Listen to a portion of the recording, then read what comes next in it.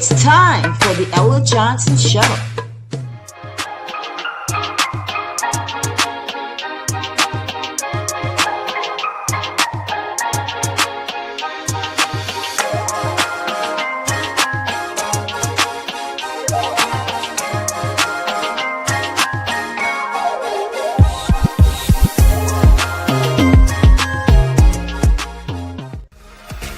Thanks for tuning in to the Ella Johnson Show, where there are two sides to every story. Enjoy the broadcast.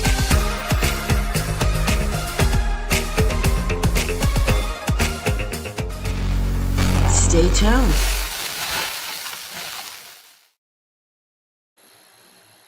Hello, everyone, and welcome to the Ella Johnson Show. I am so excited about tonight's broadcast. Listen, if you are watching from Facebook, do me a favor. You may be watching from one of my many pages on Facebook. So if you're watching, please do us a favor tonight and share the broadcast. If you're watching from YouTube, you are already there. So please go ahead and subscribe to my channel.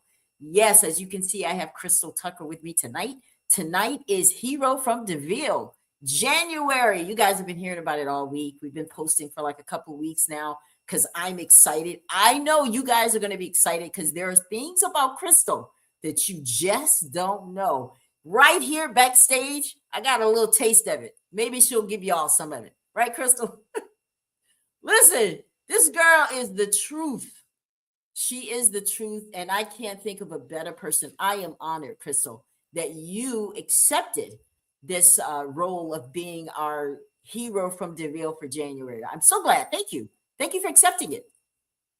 Thank you for inviting me. And I'm honored because you can go all the way around the world. You can crisscross the country, but there's nothing like the people who knew you when or knew you before and who know who you are and know who you ain't to say, you know, girl, you done good. You done good enough for us to talk about you in a good way. So I'm very honored to be here.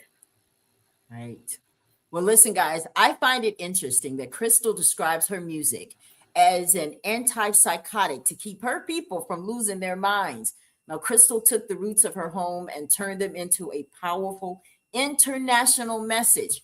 While she was classically trained under legends from the New York Metropolitan Opera, the soul of her ancestors eventually called her back, and now she is the belle of the blues. Crystal, you are a powerhouse, and your voice carries the weight of history and the soul of the South. So I am very honored. I really am that you decided to be here tonight.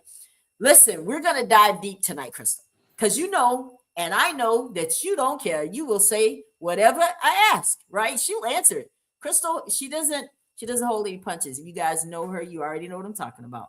So this is how this is going to go tonight. I want every single one of you to ask her some questions, make comments. Your comments will come on the screen just like this.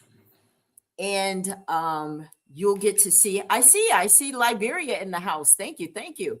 Okay, guys. So what I want to tell you guys before we get started is this. I've already put some links here in the show for you because I want to make sure that you guys click here and buy Crystal's music. Yes. I want every single person that's watching this, click on this link, and I want you to buy her music. Every song, everything that's available. I want you to support my hero from DaVille tonight. All right. That's one of the links that we have in here tonight. I also have a link in here for those of you who think you might want to show up and be here on the broadcast. Yes, there's room for everyone here on the Ella Johnson Show. So if you would like to just jump on here and say hi to Crystal and ask her some questions in person, it's all good. You're welcome.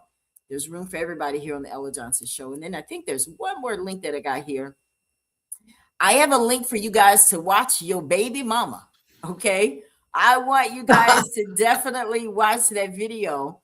But Crystal, let's have some fun. I want everybody to watch this video right now. I want y'all to check this out while we're waiting on people to come in.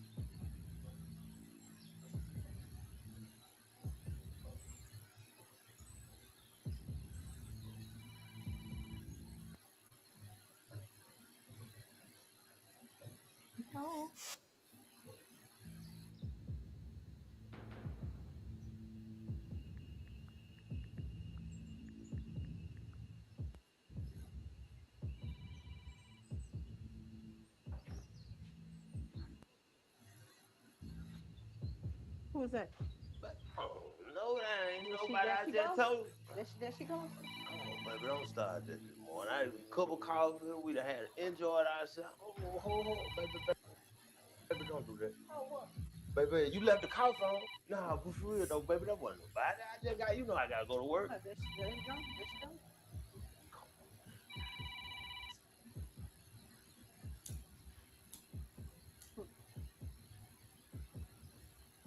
Baby, you know better than that.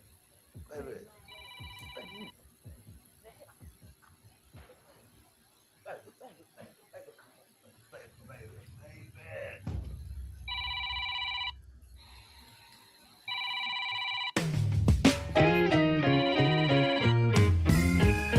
There she go. Go on, get the phone. I don't know who that is. Yes, you do. Yes, you do. Tell me why your baby mama keep calling your phone. Tell me why. I wanna know why. Tell me why. Tell me why your baby mama just can't leave us alone. Don't tell me no lie. I don't wanna hear no lie now. She blowing your phone up every day and night. That's how I know that something just ain't right. Tell me why your baby mama always acting a clown. Tell me why. I wanna know why. Tell me why. She makes a scene every time that she comes around. Don't tell me no lie. Reason why she always acting a clown. You still going over there and you let her down. Tell me why your baby. Okay, guys, I just wanted to give y'all just a little taste of it. I put the link in here so you can finish watching it. Crystal, where did that come from? Talk about what your baby mama is all about. That came from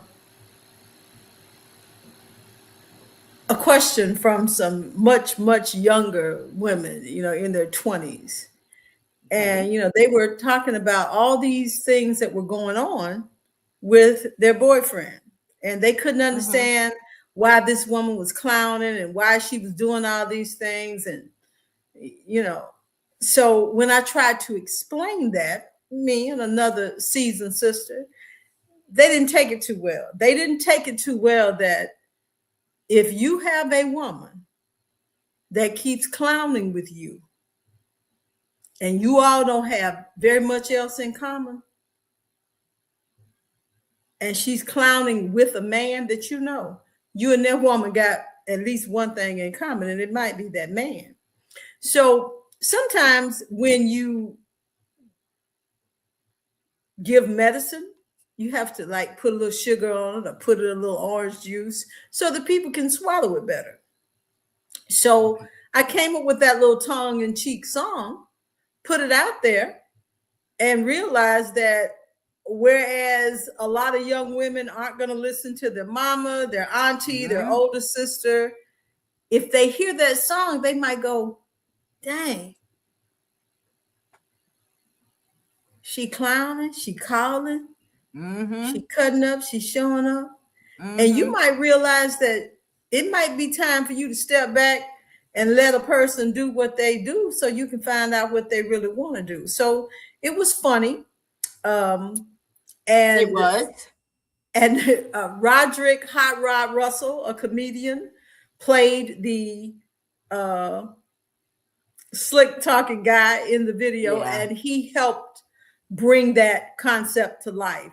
I gave him a treatment, no particular script, and it just came together right there in front of the camera in one take. And I thought that was amazing. The back and forth between he and I, the editing by Casey, the videographer. Good job, he told a great story. Yeah, I think it was good. Now let me ask you this: what does it mean to you to be the hero from DaVille? What does that mean for you? This is your hometown recognizing you, because you know how they always say you don't have any honor in your home, but in your hometown we look at you and are proud of you. How does that feel to know that? It's humbling, actually. It's very humbling, because I've often heard older people say that you can become great, you can improve your station in life, you can make money, you can possess all the material things, you can get in the paper, you can be on TV, but you will never be better than the place that made you. Amen.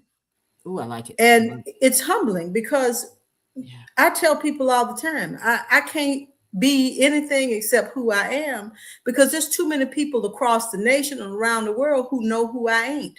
There are people from Monroeville in every corner of this nation. There are people from Monroeville who have been in places all around the world. And so it's very humbling.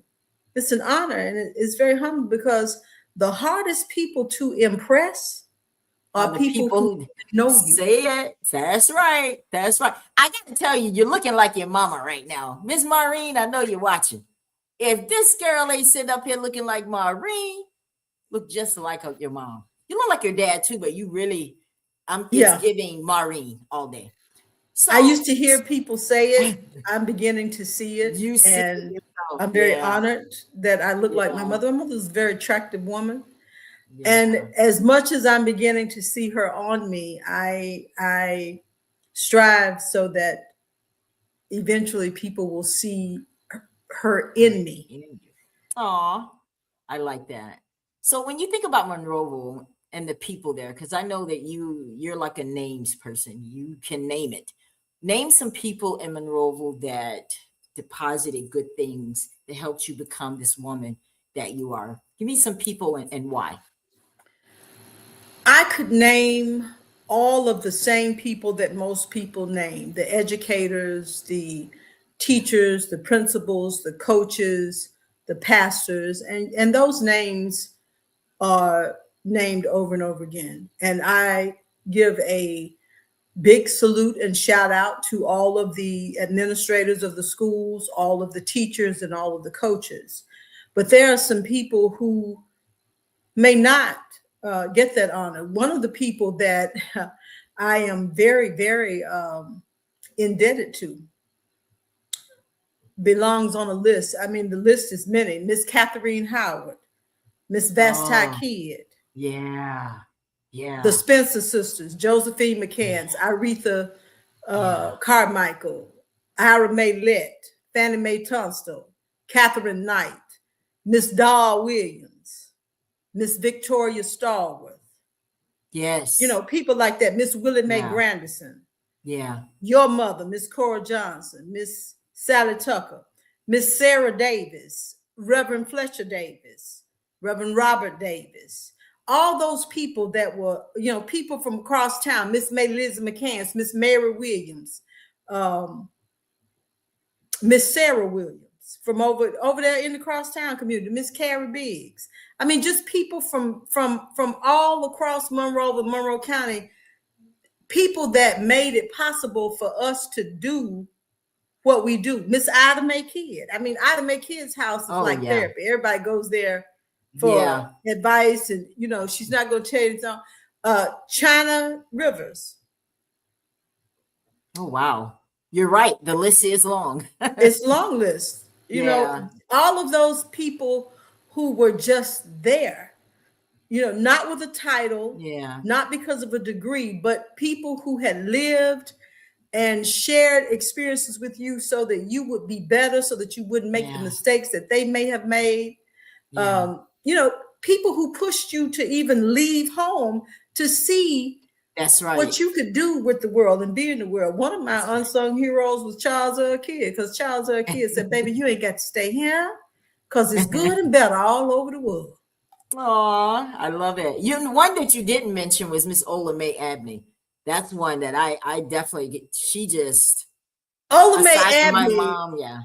was going to come down in the show when you asked me what motivated me to do these things. Ola Mae Abney was a pillar of her community. Yes. She motivated me in all of my professions. And whenever you started doubting yourself, it was like, Ola Mae Abney, if she thought you was doing something positive, she was a bigger and better cheerleader than you ever could have been out there for County High, because she would tell you, girl, what you talking about doubting yourself? You doubting yourself? You know, that famous line she had, what you talking about? What you talking about? Yes, she did. She said that all the time. She would just tell you. She would tell you where you were. She would tell you when you was wrong, but she would be right back with you, have your back, and motivate you when you was right. Facts. Chuck Kidd said, tell Crystal I'm still waiting on my potato salad. Hello, Chuck. I don't deliver. You can come visit me and I'll make you some. When I get a chance to come to Monroeville, I will try to make you some and put it up where it'll be safe when you get it. Now, Crystal, you're a mom. You're a grandma. I am. You are auntie, your sister, daughter.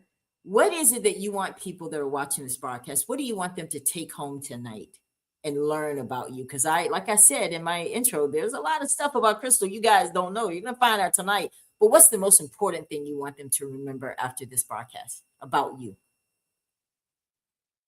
One of the most important things that I want people to know about me is that I'm not a finished product, even at this big age. But I've come so far from where I was when I was younger. When you're lost, you're confused, when you're making bad decisions. I want them to know that whatever it is that you want to do, whatever it is you want to be in life, it's never too late to be who or what you were meant to be. That's and right. If I can do it, you can do it. That's right. That's right. And I think, Crystal, just to piggyback off that, I think what happens is people feel like they're stuck sometimes. Like you left Monroeville. I know I left Monroeville. Lots of us left, but there are a lot of people that are still there. Is it still late? It's not too late for them to make a difference, even in Monroeville.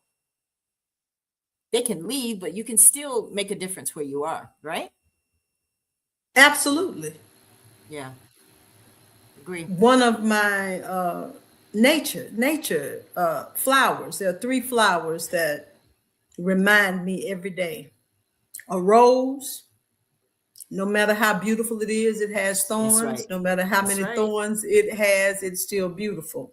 That's right. Lilies, I don't care how cold it gets, they will die back in the cold, harsh weather, but in the spring, they coming back again. They bounce back year after year after year after year. They are very resilient. And then there's the lotus blossom. The lotus blossom, no matter how ugly, dark, and deep the mud is, a lotus blossom still blooms in that mud. Oh, I like it. So that's what I tell people. Life, like a rose, the beauty in it, yes, there will be thorns, but the beauty of a rose cannot be suppressed by the thorns. The resilience of lilies, they don't die. They go, they go away when it gets cold. But as soon as the conditions are right, they bloom again. And I think people are the same way. I think that people have beauty and they have pain in their lives. I think that people are resilient, that they may get knocked back temporarily for a season, but with enough resilience, they'll come back. And I also believe that the same Monroeville that made me, there are still people there who are just as smart, who are just as brilliant, who are just as talented as anybody else anywhere. And no matter what they say about Monroeville, Monroeville has produced doctors, nurses, lawyers, entertainers, people in the sciences, people in the arts, people in journalism. So regardless of what they say, every great person didn't come from a big epicenter. Monroeville, like anywhere else, has good and bad. Heaven it ain't, but home it is. And no matter what they say about it, just like a lotus blossom, you can still bloom, even if it's muddy, even if it's not perfect, even if it's not, perfect conditions. You have people there from all walks of life, athletes, Mr. Snowden, Titus Howard. There are people there who are doing great, and there are people who are doing great things behind the scenes that we may not know about, but they're making things happen. So I tell anybody in Monroeville, especially any young person that may be watching, there is nothing that you cannot do. Start where you are with what you got, and you can make something happen. That's right. Now let's dig into the blues. You have a sweet vocal style. I don't know if you guys have had the privilege of listening to Crystal sing her blues, but let me ask you a question. How does church music, because you sing church music as well, how does that intertwine with the blues? What's the difference? Because I know blues tells a story, gospel encourages us in life. How do they intertwine when it comes to your style? Well, the first thing I tell people is a saying that the late great Carrie Bell, a Chicago bluesman, said. He said, "The devil ain't got no music. The devil ain't got no music. He's an imitator, a hater, but he's not a creator. The devil ain't got no music. All music comes from God." Okay. And I tell people this, as we've, learned better, we live better. Now, I might sing the blues, but I ain't trying to live the blues. All right. So it's just like anything else. It's a spectrum. The blues tells you about the problems that you might be having. And gospel music tells you where to go to fix it.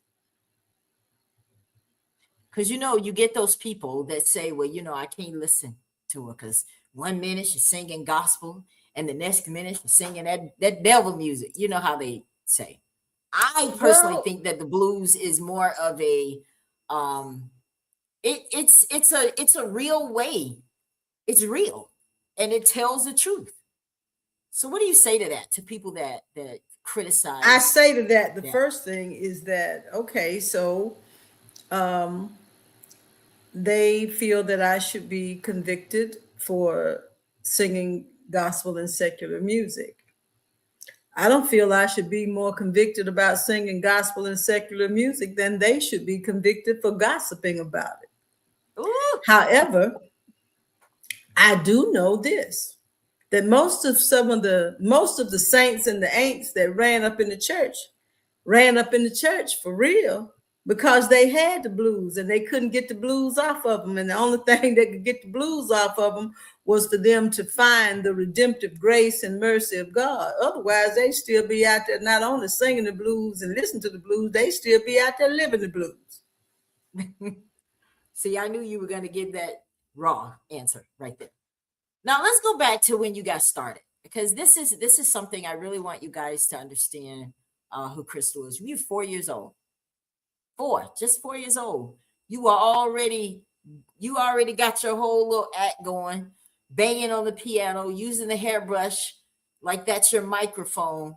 Who encouraged you to do that? Where did all that come from? I'm going to tell you what happened. Some of us on here may be old enough to remember when they had the big cabinet stereos that you let the lid up on and you put the big record on. Well, my grandfather's mother, Nellie Tucker, had one of those stereos, and she put this record on that afternoon. I was up at the house, at your grandma's house, and she put a record on, and I heard the most riveting, amazing, captivating voice. I will never forget that. That was the first time that I ever heard Aretha Franklin's voice. And this was around 73, 70s. I was probably about 4, maybe 4 or 5, had to be, because I wasn't in school. And she put the record on and the woman started singing. And I remember getting in front of the stereo and just sitting like, like somebody looking at TV. I couldn't see anything, but I just wanted to be close to hear that sound. And I asked, who is that? And you know how the older people said, not Aretha, they said Aretha Franklin. She said, that's Aretha Franklin. And I wanted to know where's she at. And she told me, she said she up north, she upstate, she, in Detroit. And she said her dad is a preacher. Her dad is from down here in the South. And I listened at that whole Amazing Grace album, because in our house growing up, you didn't play secular music. Right. She showed me the album cover. And I became fascinated with Aretha Franklin. I had no idea that she sang secular music at the time. And one night she was going to be maybe on the Johnny Carson show or something. And I was allowed to stay up and see her. And I saw Aretha Franklin come out. And she wasn't just singing. She sat down at the piano and started playing. And that changed me forever. I had to have a piano, and I didn't become a virtuoso pianist or a concert pianist. But when I saw Aretha Franklin sit down at that piano, it was amazing. The next people that really got my attention were the Spencer sisters. I don't know if anybody knows this, but the Spencer sisters came out of Franklin. It was Josephine, Aretha, Ira Mae, Catherine, and Fanny. They were in Monroeville, but had the internet been around then, the caravans, Clara Ward singers, none of them had anything on the Spencer sisters. They may have been more notable, they may have been more famous, but they could never outsing them on their best day. And watching them, listening to them, and the Rising Stars, and other people that sang around in Monroeville, Mrs. Bryant from up there at Good Hope, the choir, Thomas May, Jackie Lancaster, Andrea Williams, Nanny Williams, all those people, along with that experience, helped me to understand about the power of music. Because think about it, when you go back to church, the music sometimes could evoke as much of a reaction as the preaching did. That's right. That is exactly right. I agree. Listen, I am so excited. I want to show this video right now, guys. If you are just tuning in tonight, we are interviewing Crystal Tucker. She is our January hero from DaVille. But I want to take a break just for a second. I want you guys to watch this video. We'll be right back.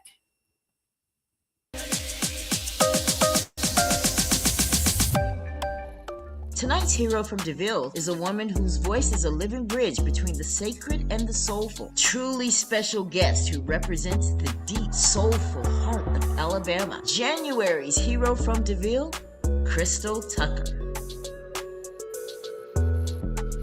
Monroeville was a place of deep contrast and significant change. The reality for African American families, we were at the tail end of the civil rights movement. Crystal is the daughter of Maureen Hanna and the late Alvin Clausell. Now, for a young Red Velvet, that meant an upbringing where gospel music was the foundational soundtrack. By age 4, Crystal was banging on a piano and using a hairbrush as a microphone. Listening to her grandfather preach was her favorite pastime. And to her grandfather, Dr. Sidney C. Tucker, I owe so much of the best of who I am and everything of value that I ever achieved to my grandfather. Crystal began singing with the Rising Stars gospel group, and she played piano for the Spencer Sisters. Crystal left MCHS in 1985 and graduated from J.F. Shields in 1987. Her studies helped her become an international vocalist, registered nurse, paralegal, and certified specialist. Crystal landed the role of Maggie in Studs Terkel's musical. Crystal received world-class training from Mildred Allen of the Metropolitan Opera and baritone Andrew Gainey. Her debut CD, Womanhood 101. It's no secret that Crystal has range as a mezzo-soprano, but because of her southern roots, it led her back to the blues. And if I ever get to rockin', I believe I'll rock all night. I think they like it. Yeah, we gonna rock this house. We gonna rock it all right. We gonna shake this joint. We gonna rock it all right. And if I ever get to rockin', I believe I'll rock it all night. See that girl with that jumpsuit on? I don't think that she ready to go home. She wanna rock now, honey. Yeah, she wanna rock it all night. And when they ever get to rockin', I believe they'll rock it all night. Now, fellas, let me tell you what I want you to do. I want you to rock them ones on the left. And she's been rocking all over the country.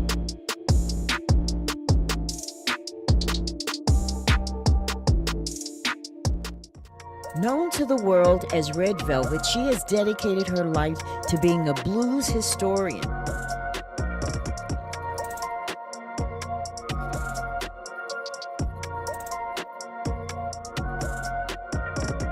Crystal was featured in the Smithsonian Magazine for her presentation and was the first woman to lead a band in the finals of Memphis Blues Challenge and host a radio show. Crystal received the Presidential Service Award from the National Bar Association and was featured in the Smithsonian Magazine in an article, Keeping the Blues Alive. Stay tuned because you'll soon see Crystal featured in her first film role in the soon-to-be-released movie Shoe Fly.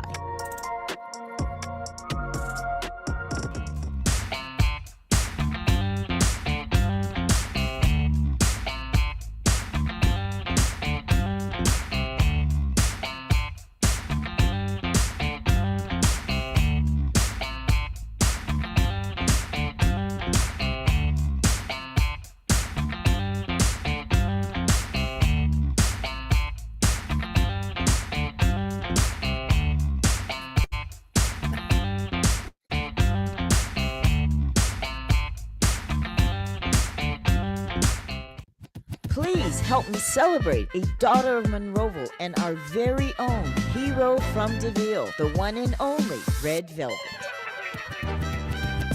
This has been a presentation of the Ella Johnson Show. Thanks for watching. Yes. You went way back. Yes, yes. Listen, like I said, there were some things about you that I didn't know. Crystal, let's break down that video. Now, you got trained by the New York Metropolitan Opera, the Legends. How did that happen? When I was about 11 years old, my Aunt Callie, who, if anybody remembers her, she was the epitome of style, grace, class. She was just well put together lady. And she wanted to expose us to things that were different. She wanted us to realize that the world was bigger than just where we were. And she exposed us to different things so that we could begin to choose our path in life. And at the age of 11, she took me to see the opera Tosca. And I'd never seen an opera in person before. I would see it like on, Channel 2, you watch it. And I listened to the sounds, and knowing something about singing, I realized the power, the vocal power that you had to have. So I started mimicking what I had heard that night. And at the junior high school, I was in the girls' bathroom or somewhere down there around the science building. And I was in the bathroom because the bathroom got good acoustics. And I was mimicking and making the sounds that I had heard the night, a few nights ago, a week or so. And someone came into the restroom and asked me to step out of the stall. And I just knew I was fixing to go up there to Mr. Tucker's office because this was an adult. They spoke with authority. I didn't know who it was, but the person was Mrs. Sarah Ann Blass. She was the choral teacher. And when I came out of the stall, she said, "You come with me." I just knew I was going up to the office. You thought you were in trouble. Okay. Yeah, she took me into the chorus room and she said, "I'm going to play something. And when I play it, I want you to sing, and I want you to sing as long as it's comfortable." And so she kept going up and up and up. And finally she looked and she said, "Who's your vocal coach?" I said, "My what?" She said, your vocal coach. Who works with you to sing? I said, "My mama." And she said, "Well, you don't take voice lessons?" I didn't know, I'm right. 12 years old, 11 years old. I don't know nothing about no voice lessons. I had never heard nobody talking about taking no voice lessons. You just sing. And she wanted to work with me. And she started working with me, for pitch, for range, for breathing, for vocal technique. And I discovered a voice that I didn't know I had. Wow. I started developing it, and I started learning about the great Leontine Price, the great Jesse Norman. And then as a teenager, I listened to Kathleen Battle, who is one of the greatest coloratura sopranos in the world. And I realized that the Paul Robesons, the McCorvey gentleman, there is another classically trained singer who is related to the McCorveys up in Tunnel Springs. When I found that voice, I realized that was not something that normally happened that way. Right. That you don't get somebody to give you free voice lessons and free music lessons. And I heard Tosca, and the reason why I was so fascinated with Tosca, because I thought that the lady singing in the stage sang like Miss Helen Hale. I don't know if anybody knows this, but Mrs. Helen Hale had a beautiful classical soprano voice.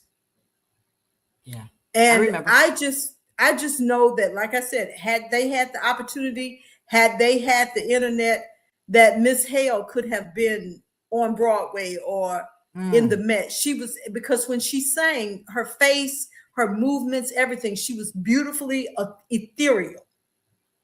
And I wanted to know how she did it. And when I listened to the lady in the opera, I told my Aunt Kelly, I said, "She kind of sounds like Miss Hale," not realizing as a kid. But there are so many people that helped me get a start. Hearing Miss Hale sing the Negro spirituals, going to the opera with my Aunt Callie, kidding around with Alan Malone. Because, Alan Malone could hear anything and play anything. And he played in a way that would make you sing. He would make you sing. And then Thomas May he could pull things out of you that you didn't know existed. That's right. Right. So between the church, the truth, I know. Yeah. Yeah. Between the church and all those great musicians, they gave me a good, solid vocal foundation. So I want you, because you did it for me before the broadcast.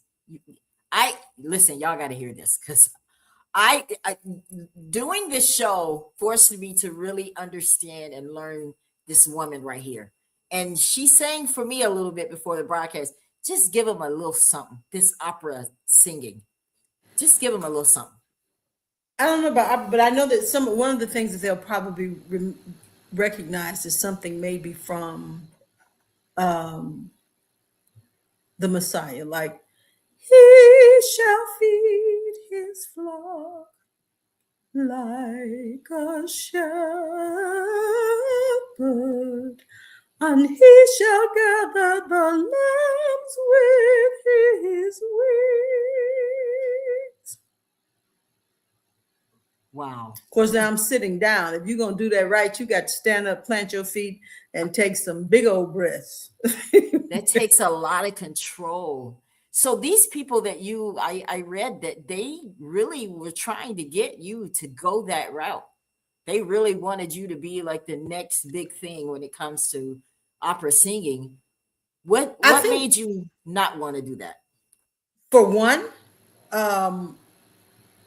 a lot of people want to get to the San Francisco Opera, the Metropolitan Opera, the New York Opera, La Scala in Italy. That is one of those things like being picked in the first round of the NFL draft. A lot of people want to get there, but it's difficult. And while you're getting there, you have to survive and you have to live. And all of us good country folk from Monroeville, people would tell you that singing is good, but you up there, we sent you to school, you better be able to go somewhere and get you a job. And I knew many, many music majors that if they didn't make it to that level, or if they didn't get performance opportunities, or they didn't teach, it could be very competitive, and some people never get there. So I never banked on just the music. Yeah. However, even though I will not trade anything for that experience. But the other thing, it was a job. That's a job. Andrew Gainey would make you lay on the floor, and he would take his shoe off, put his foot in your stomach, and sit there with his foot in your stomach, and he would tell you whether you were breathing or not by the way he could feel your diaphragm moving. So, oh wow. And when you have to warm up for a show, do you still practice and use that to warm up your voice? Right, yeah. Whether it's church, whether before the blues show tomorrow night, you're still gonna have to do that. Me, me, me, me, me, me, me, me, me. La. Yeah, you do. See how she does that effortlessly? Like, I love it. Listen, I didn't know that I liked opera until I heard you do it tonight. I'm going to be honest. I never really thought about that genre of music, but listen, I don't think we think about it because we see it as being of European origin, and we're not aware that Denise Graves, Kathleen Battle, Jessie Norman, and Leontine Price are the four most powerful sopranos, mezzo-sopranos, dramatic sopranos, and coloratura sopranos in the world. They are world renowned. Yeah. So let's go to what it was like for you in Monroeville, right? You went to school in Monroeville, but you eventually graduated from J.F. Shields. Now, I think a lot of people thought that you graduated from County High, but you didn't. Now, let's talk about it. What was your experiences like being in Monroeville schools? And why did you go to Shields? I left J.F. Shields. I left Monroe County High School at the end of my sophomore year. Mm-hmm. My address changed because I actually had gotten married very young. Oh, okay. And so I went to J.F. Shields because it was closer to where I lived.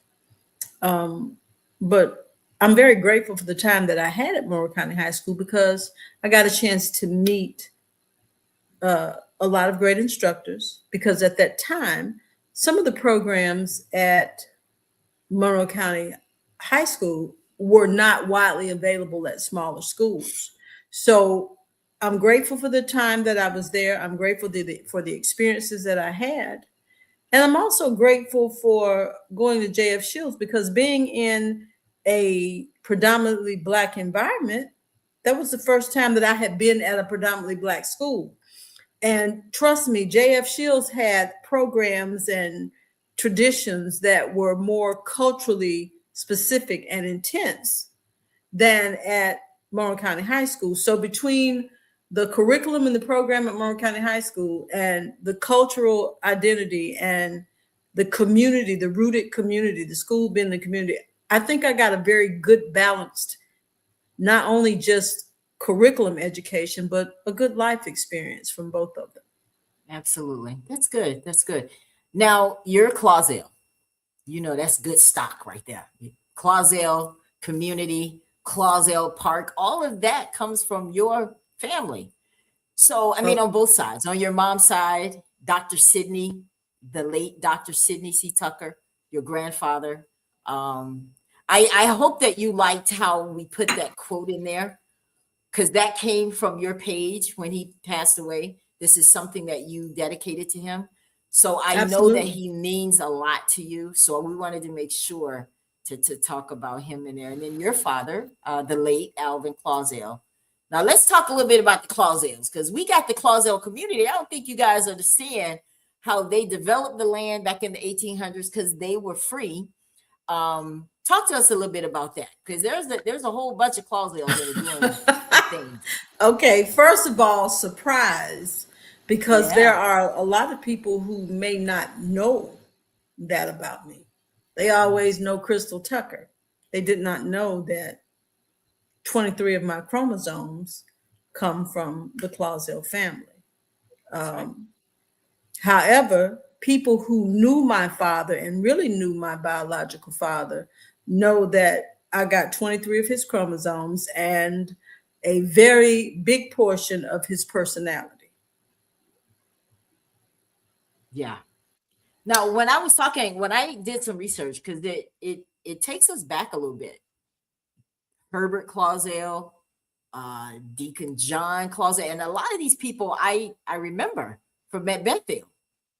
They were like some of the first people there with Bethel Baptist Church in the community. And then Clausell Park, I learned also that they created that because Blacks couldn't go anywhere else. So we needed a place to kind of woosaw. And that was the origin of Clausell Park. So what did you think about all of that? Because you got some leaders, even in the industry. What's his name? Oh my gosh, let me go look at my notes. I gotta ask you about this one, because this I thought, because he was associated with Vanity Fair. And which one was that? Which one was it? We have Deacon John Clausell. We have Russell Clausell. These are all people that have leadership roles in education and ministry. It was Herbert. He was an industry leader at Vanity Fair, guys. This is your family. So how does that feel, knowing that, and knowing that, this is what we have to follow? I mean, they set the standard for us in Clausell. I mean, that's the Clausell community. I didn't know a lot of this stuff, guys. I've been living in Clausell and going through Clausell to get to Pineview Heights my whole life, but I had no idea why it was called Clausell. So when you found all that out, Crystal, what did that make you feel? I first started learning all of that when I was old enough to, go and visit my grandmother for extended periods of time. Ernestine Clausell is my paternal grandmother. Mort Clausell was my grandfather. And they had this box in the floor in that house that used to be right next door to Alex Roberts photography shop. It was the Alex Roberts photography shop, and then it was the laundromat. Right across from there was John L's old place. Yeah. And they had added a den on, and they had a bookshelf there. And at the end of the bookshelf, there was a trunk, a big box, and it had a lot of pictures in it, old pictures, cutouts. And, kids, I was inquisitive. I was, beginning to learn about my family. I had just started to really get to know my father because he had gone to Tuskegee, gone into the Air Force. And after he got out of the Air Force, he began his career with AT&T and he stayed with AT&T until he retired. But in that box, I found out that the Clausells go all the way back 300 years in the Louisiana soil, because they are direct descendants of Count Bertrand Clausell, who came over from France. As a matter of fact, Mort Clausell's father, if I'm not mistaken, or his grandfather, was actually born in France. So what happened is the Louisiana territory once extended all the way up past Mobile. And if I'm not mistaken, according to Alabama history and family history, Monroe County was once a part of the Louisiana territory before it was separated that way. If I'm not mistaken, Monroe County may actually be older than the actual recognized state of Alabama. But between all of those Clausells, if a lot of people may remember my great-grandmother, Carrie Clausell, she lived to be 105 years old. Yeah. And she explained to me that her father was one of, I think, 6 brothers who controlled at that time about 600 acres of land. The Clausel community, if you were to go back and find like old fire insurance maps or old maps, the Clausel community actually runs slap up to the courthouse steps. Really? Now Really? that's interesting. That's interesting. However, Yeah. Count Bertrand Clausel and his sons were not Black. So the Clausels are a mixture of French, Yeah. Native American, and African people. You know, I And was a lot looking of at, people- yeah. You were looking at what? I was looking at some else I was digging because I really wanted, because I mean there are a lot of people here that are from Monroeville, and they're talking about this man by the name of William Clausel. He died in like 1955, and Stephen Clausel, he died in like 1944. That they lived through the transition from the Civil War era to the modern age in Monroe County. Even did. you're connected in the Virginia connection, it says, the Clausels. The Clausels were part of Usually. an old family. Yeah. Yeah. Usually So- when you hear the name Clausel, anytime I'm somewhere, whether I've been in Virginia, whether I've been in California, whether I have met people who actually came over from France, if I see Clausell, I get curious as to the origin of that person because that's not a common name. And every time that I meet someone or have met people, whether it was in Alabama or in other states, they all had French or a French heritage. But when you start talking about Stephen Clausel and William Clausel and John Clausel and Arthur Clausel, there are several of those in the same family. There are several John Clausels within that family because those Clausels had a tendency to name their sons after their brothers and name their daughters after their sisters. So there are several Carries, several Saludas, there are several Johns, several Stephens, several authors. And a lot of people in Clausel are under the misconception that they intermarried. That all the Clausels, there were actually 2 sets of Clausels because the man who controlled the land, there were 3 men who were not his biological sons. But he took them in and he gave them land and they took the name of Clausel.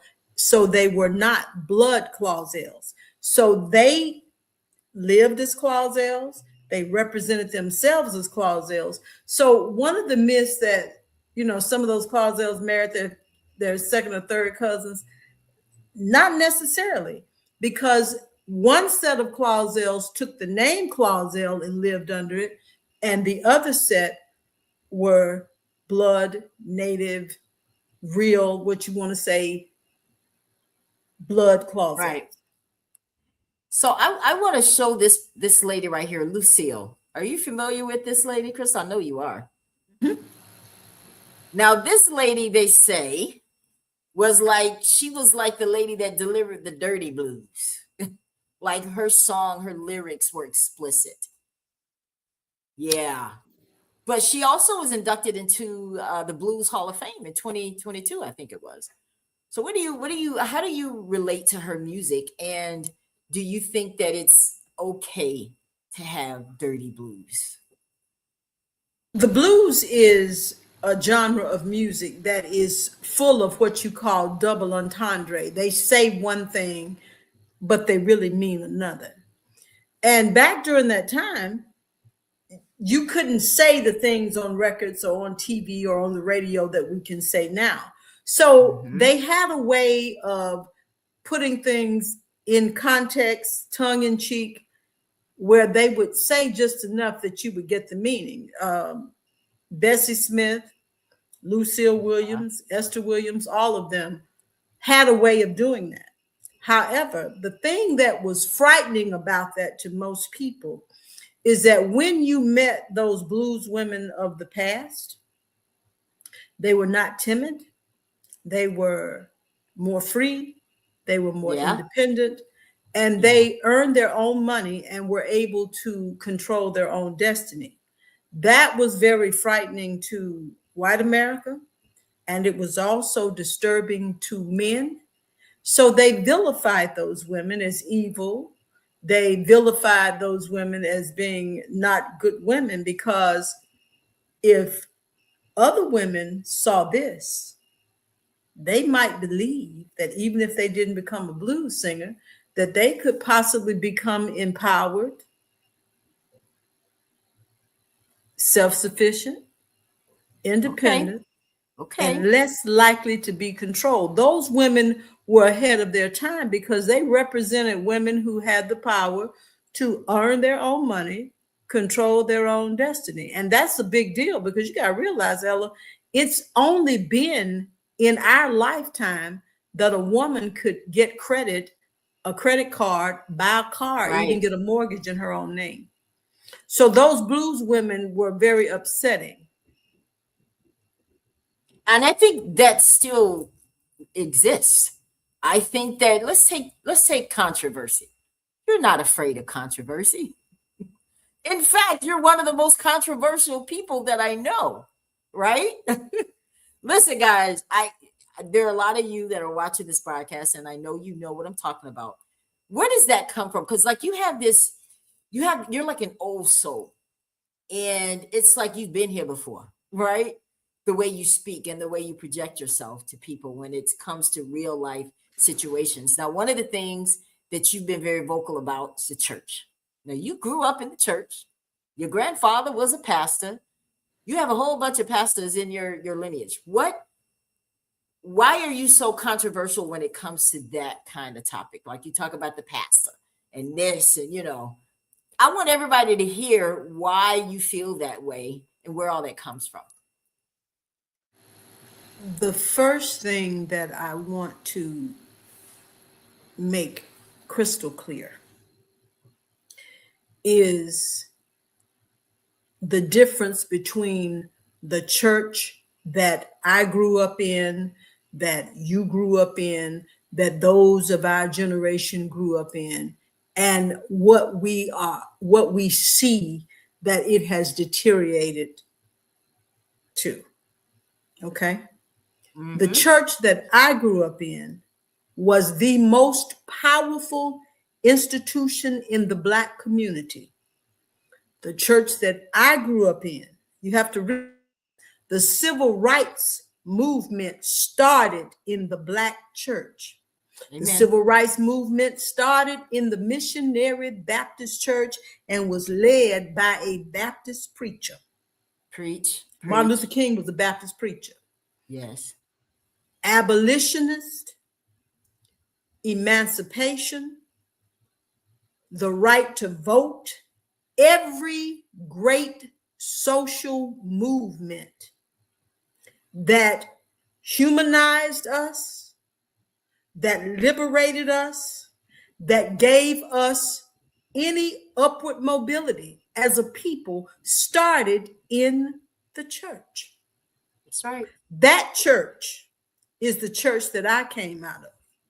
Yeah. And the reason that I am so vocal, it's not that I'm angry, but what the Black church has deteriorated to breaks my heart to see it become an impotent institution that represents a hands-off, standoffish approach to all of the ills that's ailing our people.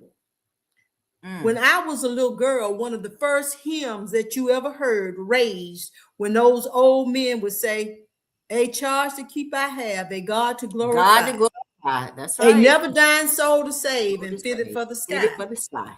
That's the right. second verse is what makes me the way I am about the Black church today. It says, "To serve this present age, my calling to fulfill, and may it all my powers engage to do my master's will." the Black church right now, far too many of them are not serving this present age. We got the right to vote. We can buy a house anywhere we can afford to pay for it. We can drive any kind of car. We can go to any school that we have the GPA to get in. The barriers of the civil rights movement, those barriers have been broken down to a certain extent.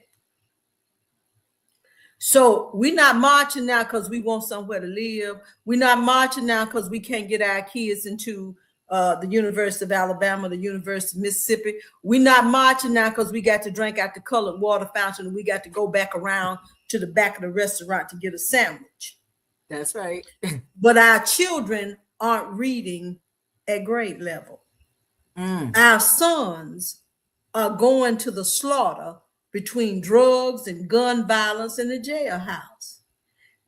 The jailhouse is open 24/7. The dope house open 24/7. The whole house open 24/7. All the demonic stuff on the internet is open 24/7. And the church ain't open but one day, and that's on Sunday. Ooh. Now, you said a mouthful there. Do you think that would make a difference if the church was open as much as the whole house? Would that make a difference? I'll put it this way. You live in a community where you have the liquor store, the dope house, the gambling house, the hit house, the club, the juke joint, and the church ain't never open. And then you got to be Mr. and Miss so-and-so or Mr. so-and-so, and you got to have this type of money and this got a degree and this type of social standing before you can participate fully in the church and be fully welcome. And don't tell me that it ain't no hierarchy in church. I come from Monroeville just like you did. Yeah. Okay? Yeah. And, having to be good enough to be in certain organizations, that was a problem. I can remember when girls who got pregnant had to go up before the church and apologize to some of the same people that had abortions, affairs, who had outside children. And some of them girls might have been pregnant by some of the deacons and people in the church. I remember all of that. I do too. And yes. I'm very disturbed now that too many churches don't stand for nothing. People paying tithes. How you got a whole church full of people paying tithes and taking up all these offerings, and people getting put out doors. Folks got to be a certain person before they can have a funeral in the church, and you got people that live not 100 yards from the church, ain't got no groceries in their house. You got children hanging out on the corner, and you got all these people in these churches with more degrees than a thermometer, and you can come up with all these curriculums and IEPs for the public school system, but you can't take that same building and some of that same money and develop some after-school programs or some type of programs for the church other than just vacation Bible school and Sunday school.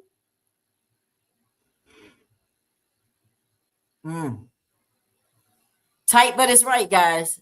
Listen, Crystal, you and I can talk about that. We have talked about this, and we feel the same because we came from a church like what you just described. It was different, guys, and now it's so commercialized. It's so TV-ish, and I saw this post. I'm going to show this. I know this was done, like in fun. It was a funny thing that you did, but I saw this.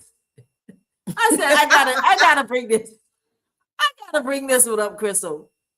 This was on the heels of Pastor Jamal Bryant and that situation with the dress. And you did this post and said, I'm going to somebody's church Sunday. I'm gonna say it like I know you would have said it. This is what I'm wearing, and we'll be singing. I reached a turning point, originally by Tyrone Davis, and ain't nobody bet not say nothing about it. Now, Crystal, what led you to put this post up there? At that time, I was addressing the dress. Right. Recently, Dr. Jamal Bryant's wife showed up in public, and the photography of the dress made it look as if it was designed to give the appearance of nudity under the dress. Mm-hmm. And that's not a new thing. I have a gown that is black. It has an overlay, except the knitting on it is very tight. There's nothing about it that gives the resemblance that I'm trying to make you think I'm naked, especially with the patterns of the lace being directed toward my genitalia and my breasts.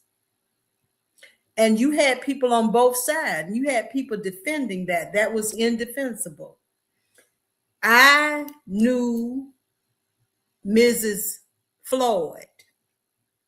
Okay. Me too. I knew Mrs. Maggie Francis Malone. I knew Mrs. Laura Tucker.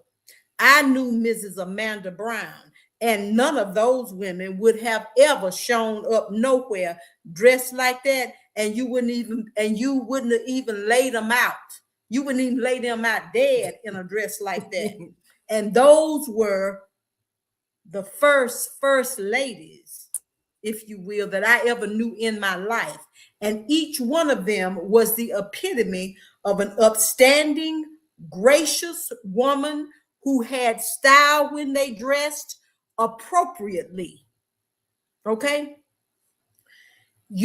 When you decide, or when you are married to a man and they take a calling as a minister, you are in that role as his wife 24/7. 24/7. You can, and I can call that. You never saw Miss Floyd at the grocery store with no rollers in her hair. You never saw my grandmother you didn't see my grandmother at the red and white of the Piggly Wiggly without her hair fixed or her face powder. That's right. You're right. And you never in your life saw Mrs. Maggie Francis Malone nowhere looking crazy. Nowhere. And as a matter of fact, they may not say it now. You know, my grandmother gone on, but I promise you, you can't think of any of those pastors that we came up under whose wives would have come out with that dress on no kind of way. It's true. And if that wouldn't have come out, and neither of those men, my grandfather, Reverend Malone, Reverend Brown, Reverend John Floyd, would never have gotten up in the pulpit and defended such foolishness. So when I saw that, the way he defended that foolishness, I knew then we out of control. As my grandmama used to say, we done went too far and stayed too long. Because whatever you are, you that 20. If you are a minister or a minister's wife, baby, you got to wear that jacket 24/7, all day, Christmas, 4th of July, right. Easter. If you go to a fundraiser, if you go to a gala at the Mardi Gras parade, you still who you are. And people can say what they want to say. You know, I got a Bible here in my house, and unless you got a mighty cheap Bible, yours say the same thing mine said. You make a difference between that which is holy and that which is unholy. Now, I might sing the blues. That's my job. When you see me up on that stage saying that's my job, just like you clock in on your job, I go do my job. And when I get through, I clock out. That's right. I don't live like I'm singing them songs.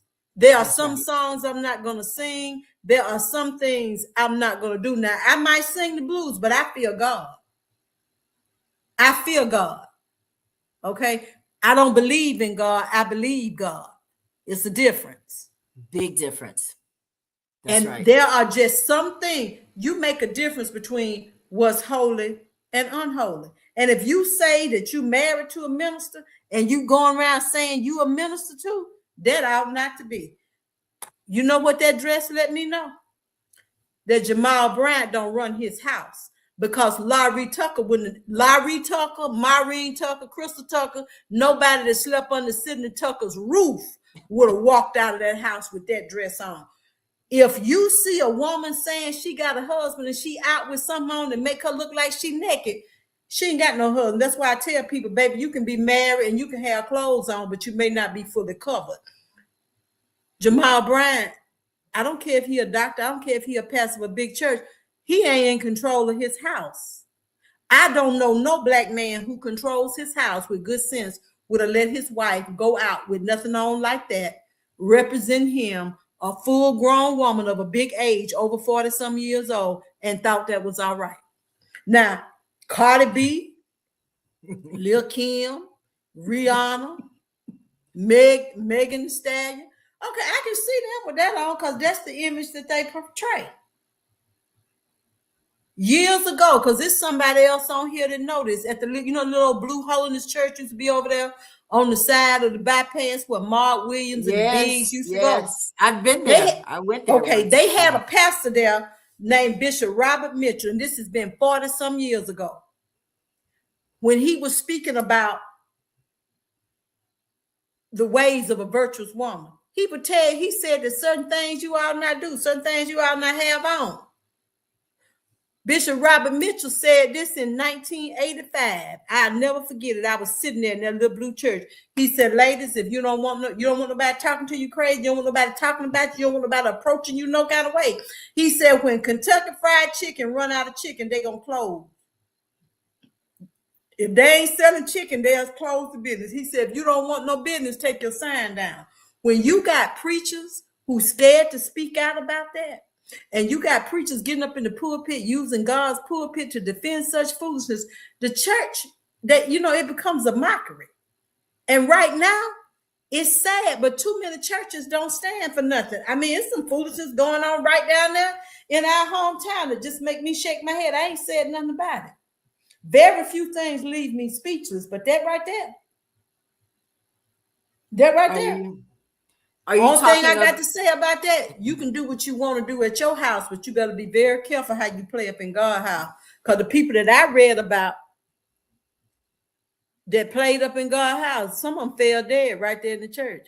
The same God that was back then, he the same God now. Say it.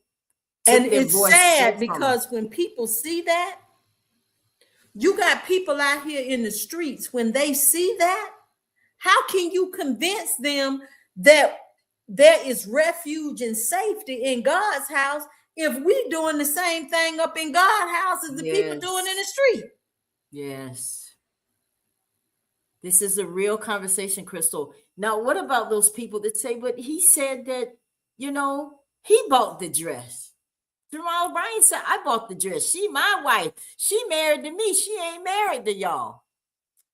Okay. And then he said, y'all ain't never been nowhere. I didn't like his response and how he responded to this.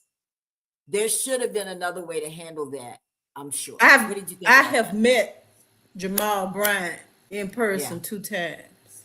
Yeah. I've sat down and had a little brief conversation. He might not remember. He was eating a piece of my pound cake. Yeah. Okay. So I ain't scared of him now. I know that. I ain't scared of him. I respect him, even though he don't respect himself, because this is going to go viral, probably. No self-respecting man. His other wife, he put her in some foolishness in another outfit like that. That might be his MO. See, your MO, your method of operating, you can still be outside the will of God. You can still be wrong. You can be in the pulpit and be wrong. You can have an extensive vocabulary and be wrong. You can have money and be wrong. You can be loud and be wrong. You can go viral and still be wrong. And I am afraid that too much foolishness is going to be justified. Now, she can put on what she wants. She can wear anything she wants. She grown enough to wear anything she wants. She's supposed, and people talk about she's a highly accomplished, highly educated woman. No, she's a highly trained woman, because an educated woman would have known that there's a time and a place for everything. Now, you want to get it behind closed doors and rock that dress with your man? Do you, boo?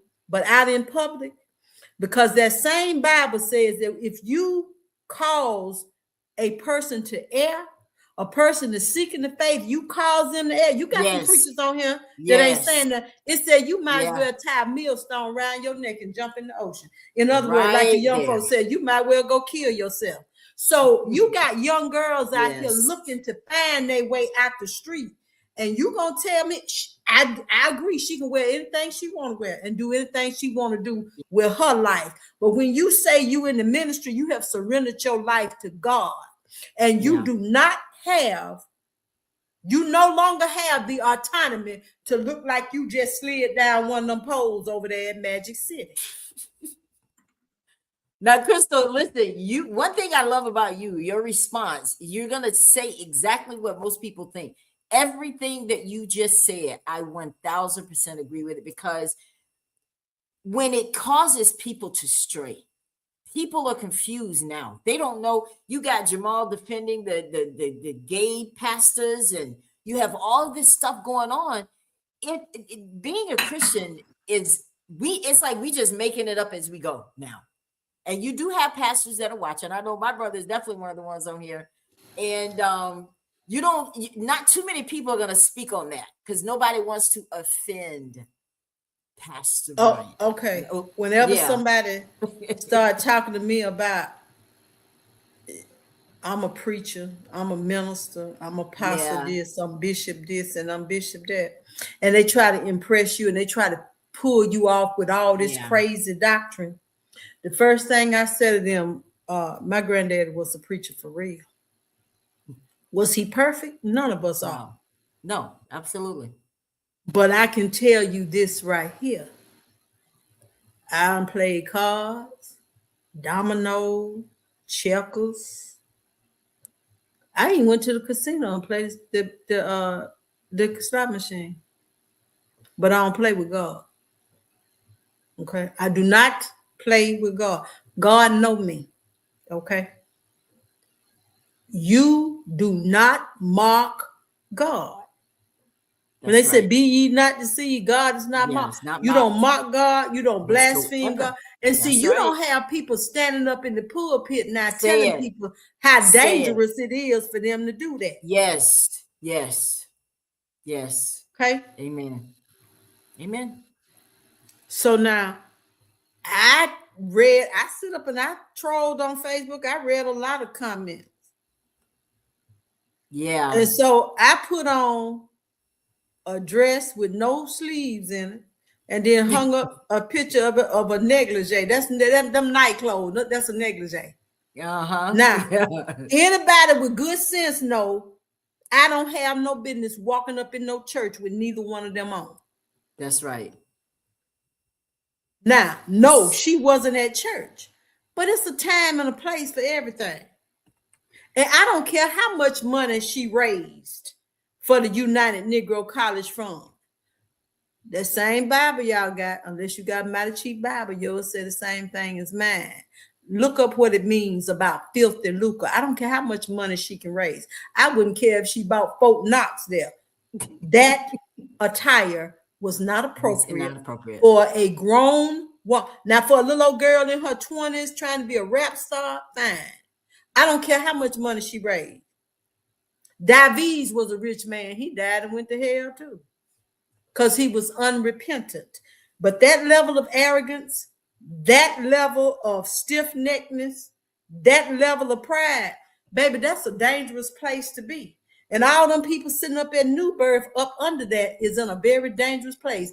I wouldn't have a pastor, excuse me, and I don't do well with bitch-made men, because men don't talk that much. A man wouldn't have had that much to say about that dress.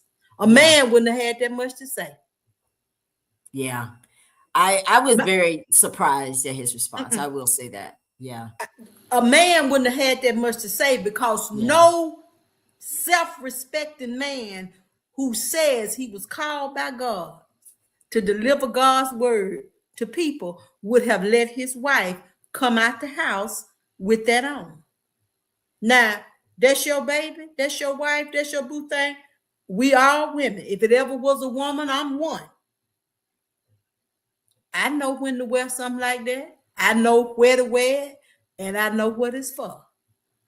Okay. Right. That dress is the equivalent of striking a match around a gas can when you behind the privacy of your own four walls in your house.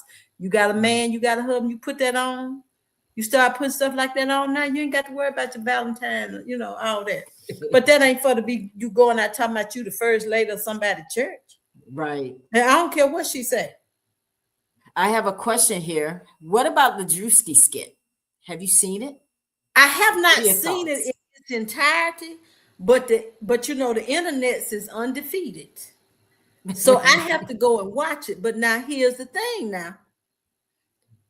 If you open the door, you know how we used to say now you open the door for that. The church is opening the door for skits like that. Yes. Say okay. it. If I come over to your Yeah. house and you play in your house, I think I can play in your house too. But then they get offended when the backlash happens. Like, okay, you started this, Jamal. You started this, Kirk Franklin, and all of you that are in the media, you started it, and now you've given the world access to do this. Well, you know, anything goes now. I go to church. Absolutely. Sometime. I go to church sometime. I tell people that I go to church sometime. I participate in the 11 o'clock fashion show. Because you wouldn't go, you would never. I tell people on her best day, Queen Elizabeth might have paid more money for her clothes, but she ain't never been sharper than my grandmama could get going to church. Okay. And I still got some of my grandmother's hats. So I go to church, you know, let people know I ain't scared to go to church. But I don't expect to see the same if I go to church, next time I go to church, I don't expect to see the same thing I'm gonna see when I take the stage tomorrow night at that show. Exactly. You know, anything can pop off at a venue, anything pop off at a club, anything can pop off at a coliseum. I don't expect to see bickering and fighting and people dressed like they out on the whole stroll. I don't expect to see that at the church. The church is supposed to be a sacred place, a place of order. That's right. That's right. You got one pastor here that says, you're right, Chris. Terry. And the church out of order. Folk pushing and shoving and snatching and grabbing and going right. You know, you follow what I'm saying? Now you I can go to the club and sit up there long enough if somebody might break out, go to fight. Right. Crystal, I don't go to them kind of clubs no more. I've been in some. I have been in some. Hiding under the tables, you know, something pops off. Yeah, I've been there too.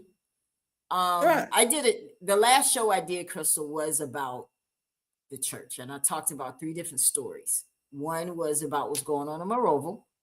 I don't know if that's the story you're referring to. One is about the pastor that got shot by his wife, where allegedly there was some domestic violence going on. And then, of course, Jamal.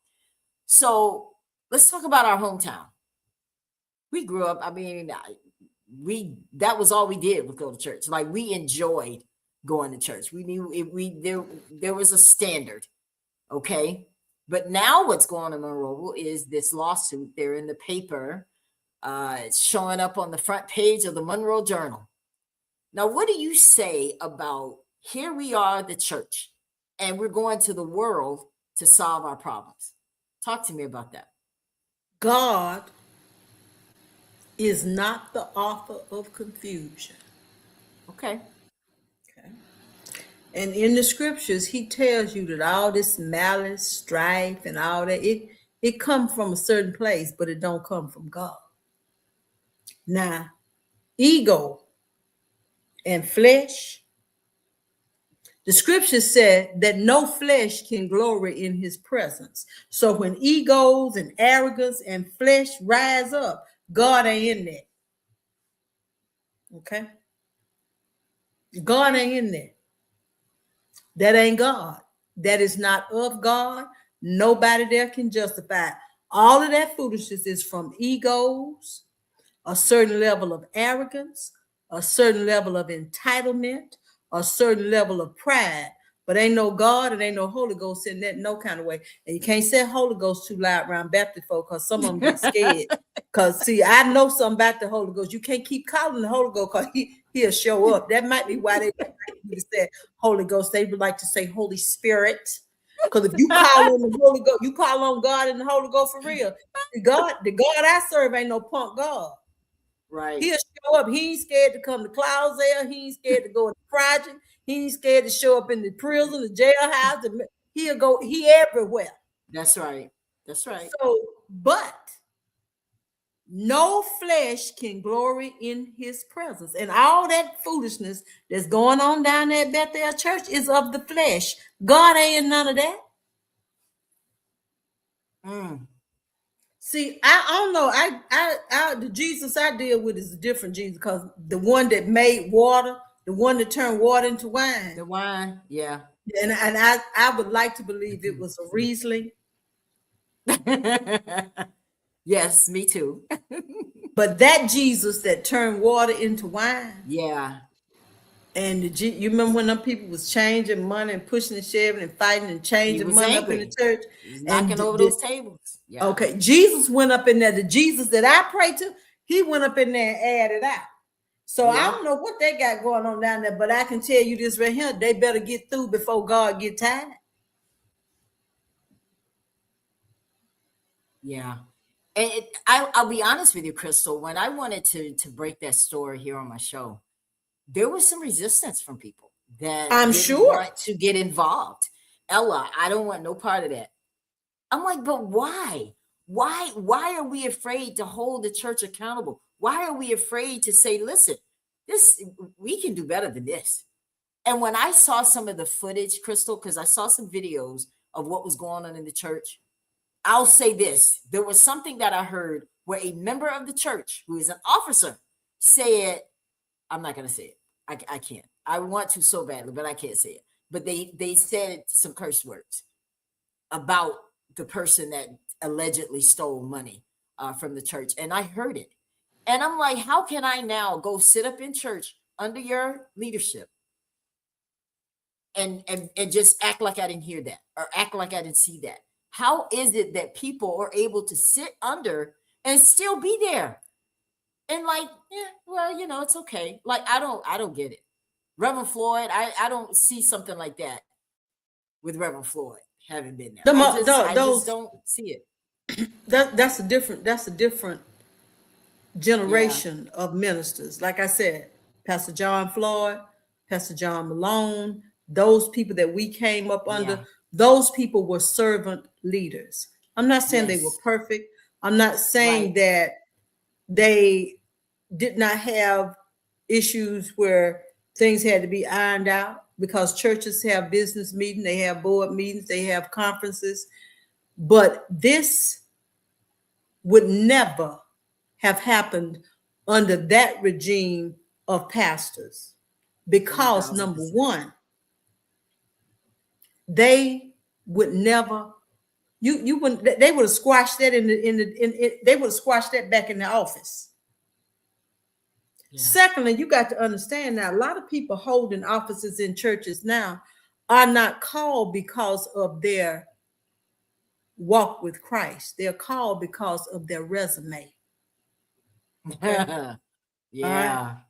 Okay. Now, John Wesley Cloudsdale, down at Bethel, old man, Mr. Scott Parker, them over there at Morning Star, they didn't have no business degrees.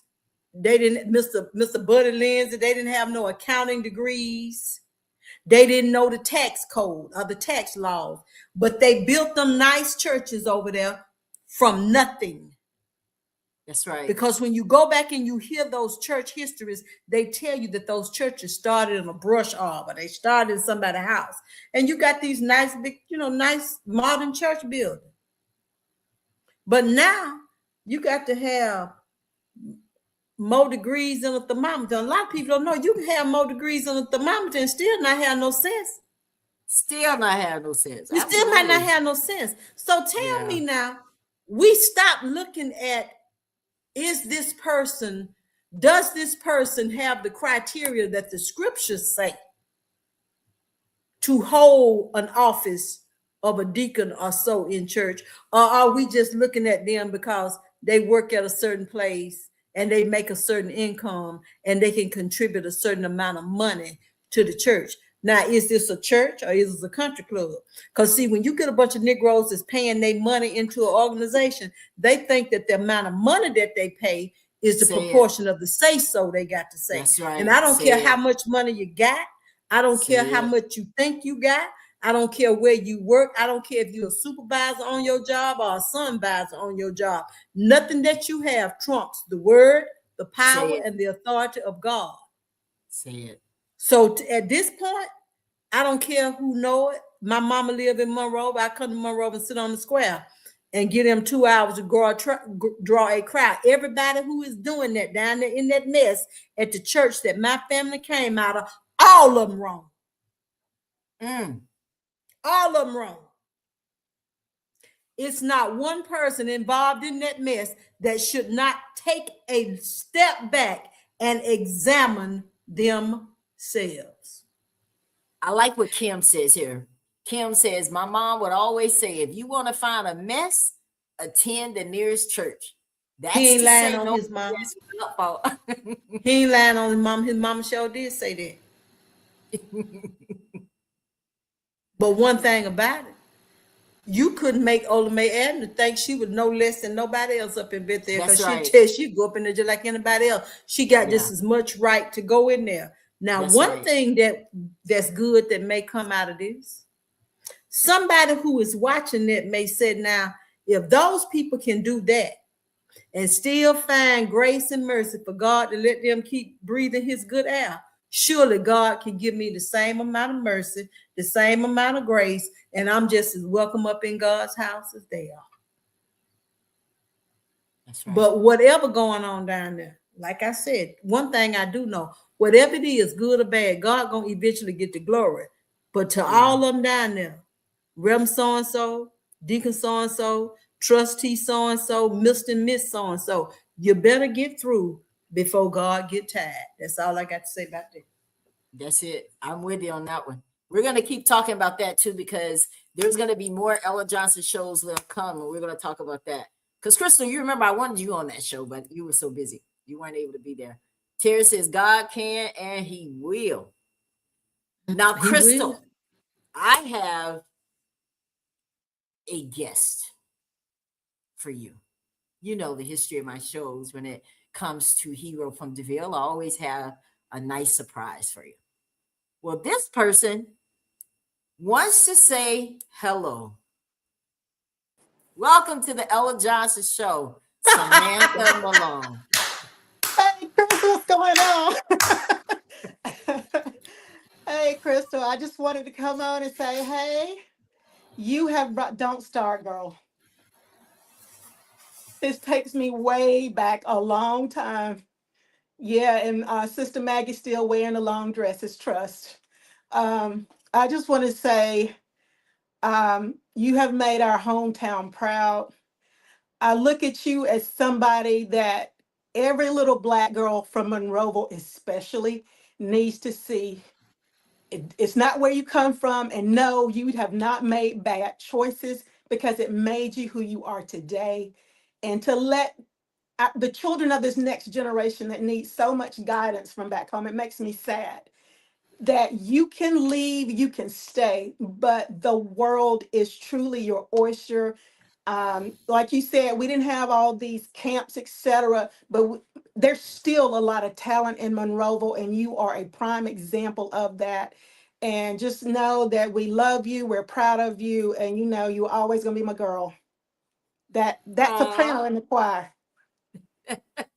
Love you, girl. As much as I see my mother on me, I see your mother on you too. I'm telling you. And you know what? Gosh. I own it now, but like you said, I'm trying to get more of not just the outside, but the inside of our mothers. So thank you. And I want to thank you, Samantha, because Samantha agreed to do this, Crystal. I said, I told her that you speak very highly of her. Because every time you and I talk, Samantha's name always comes up in high regard. She does. So I thought I couldn't think of a better person to be here to surprise you tonight, Crystal, than someone that Samantha and I go back Yeah. 40 A or long more time. years Yeah. after the third Sunday in July. Yep. I think her dad had a black Buick or black Pontiac, Bonneville. It was the and Bonneville. The Batman. it would be Samantha, all of them, everybody from John, Andre on down. And we knew we could go over there when Miss Malone popped that trunk and get us a sandwich out the back. Because, you know, kids now, we couldn't say, well, we want to go to McDonald's. But you could always go over there and get you a sandwich out of that trunk. It would be John, Alan, Robert Gregory, Meekle, Jess Henry, Samantha, and Andre. And when I tell you the type of mother, the reason why I speak so highly of her mother, as gracious and as beautiful as she was, Mrs. Maggie Francis Malone was nothing to play with. Nothing to play with.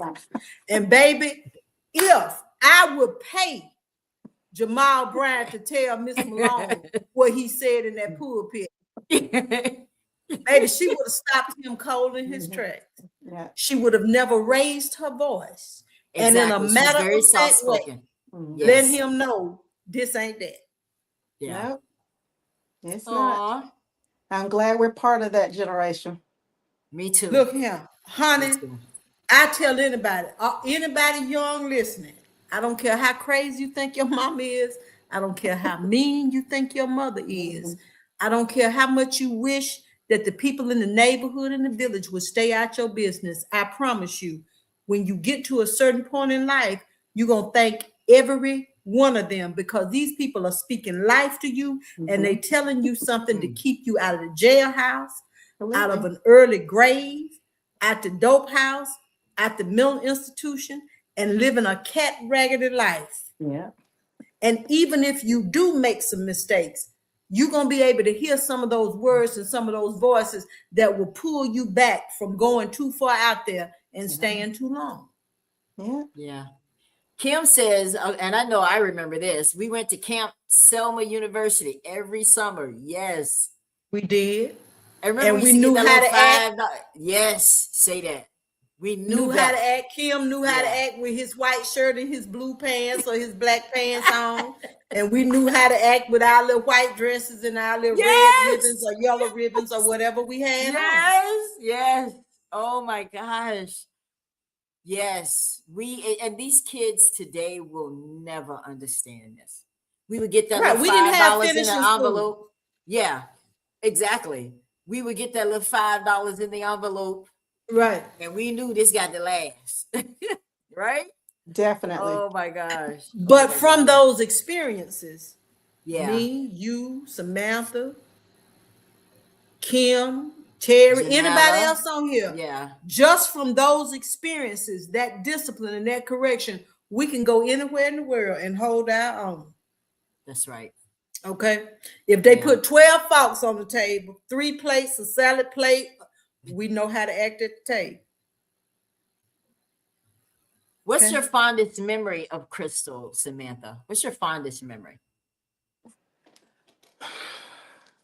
I would say a lot of ours was just simply hanging out at church and our church functions. But yes, we saw each other at school, but the church functions and our families, just even when you put the picture up of Reverend Sidney C., when I see him or his wife, all I see is laughter, because they were always laughing. They always had jokes.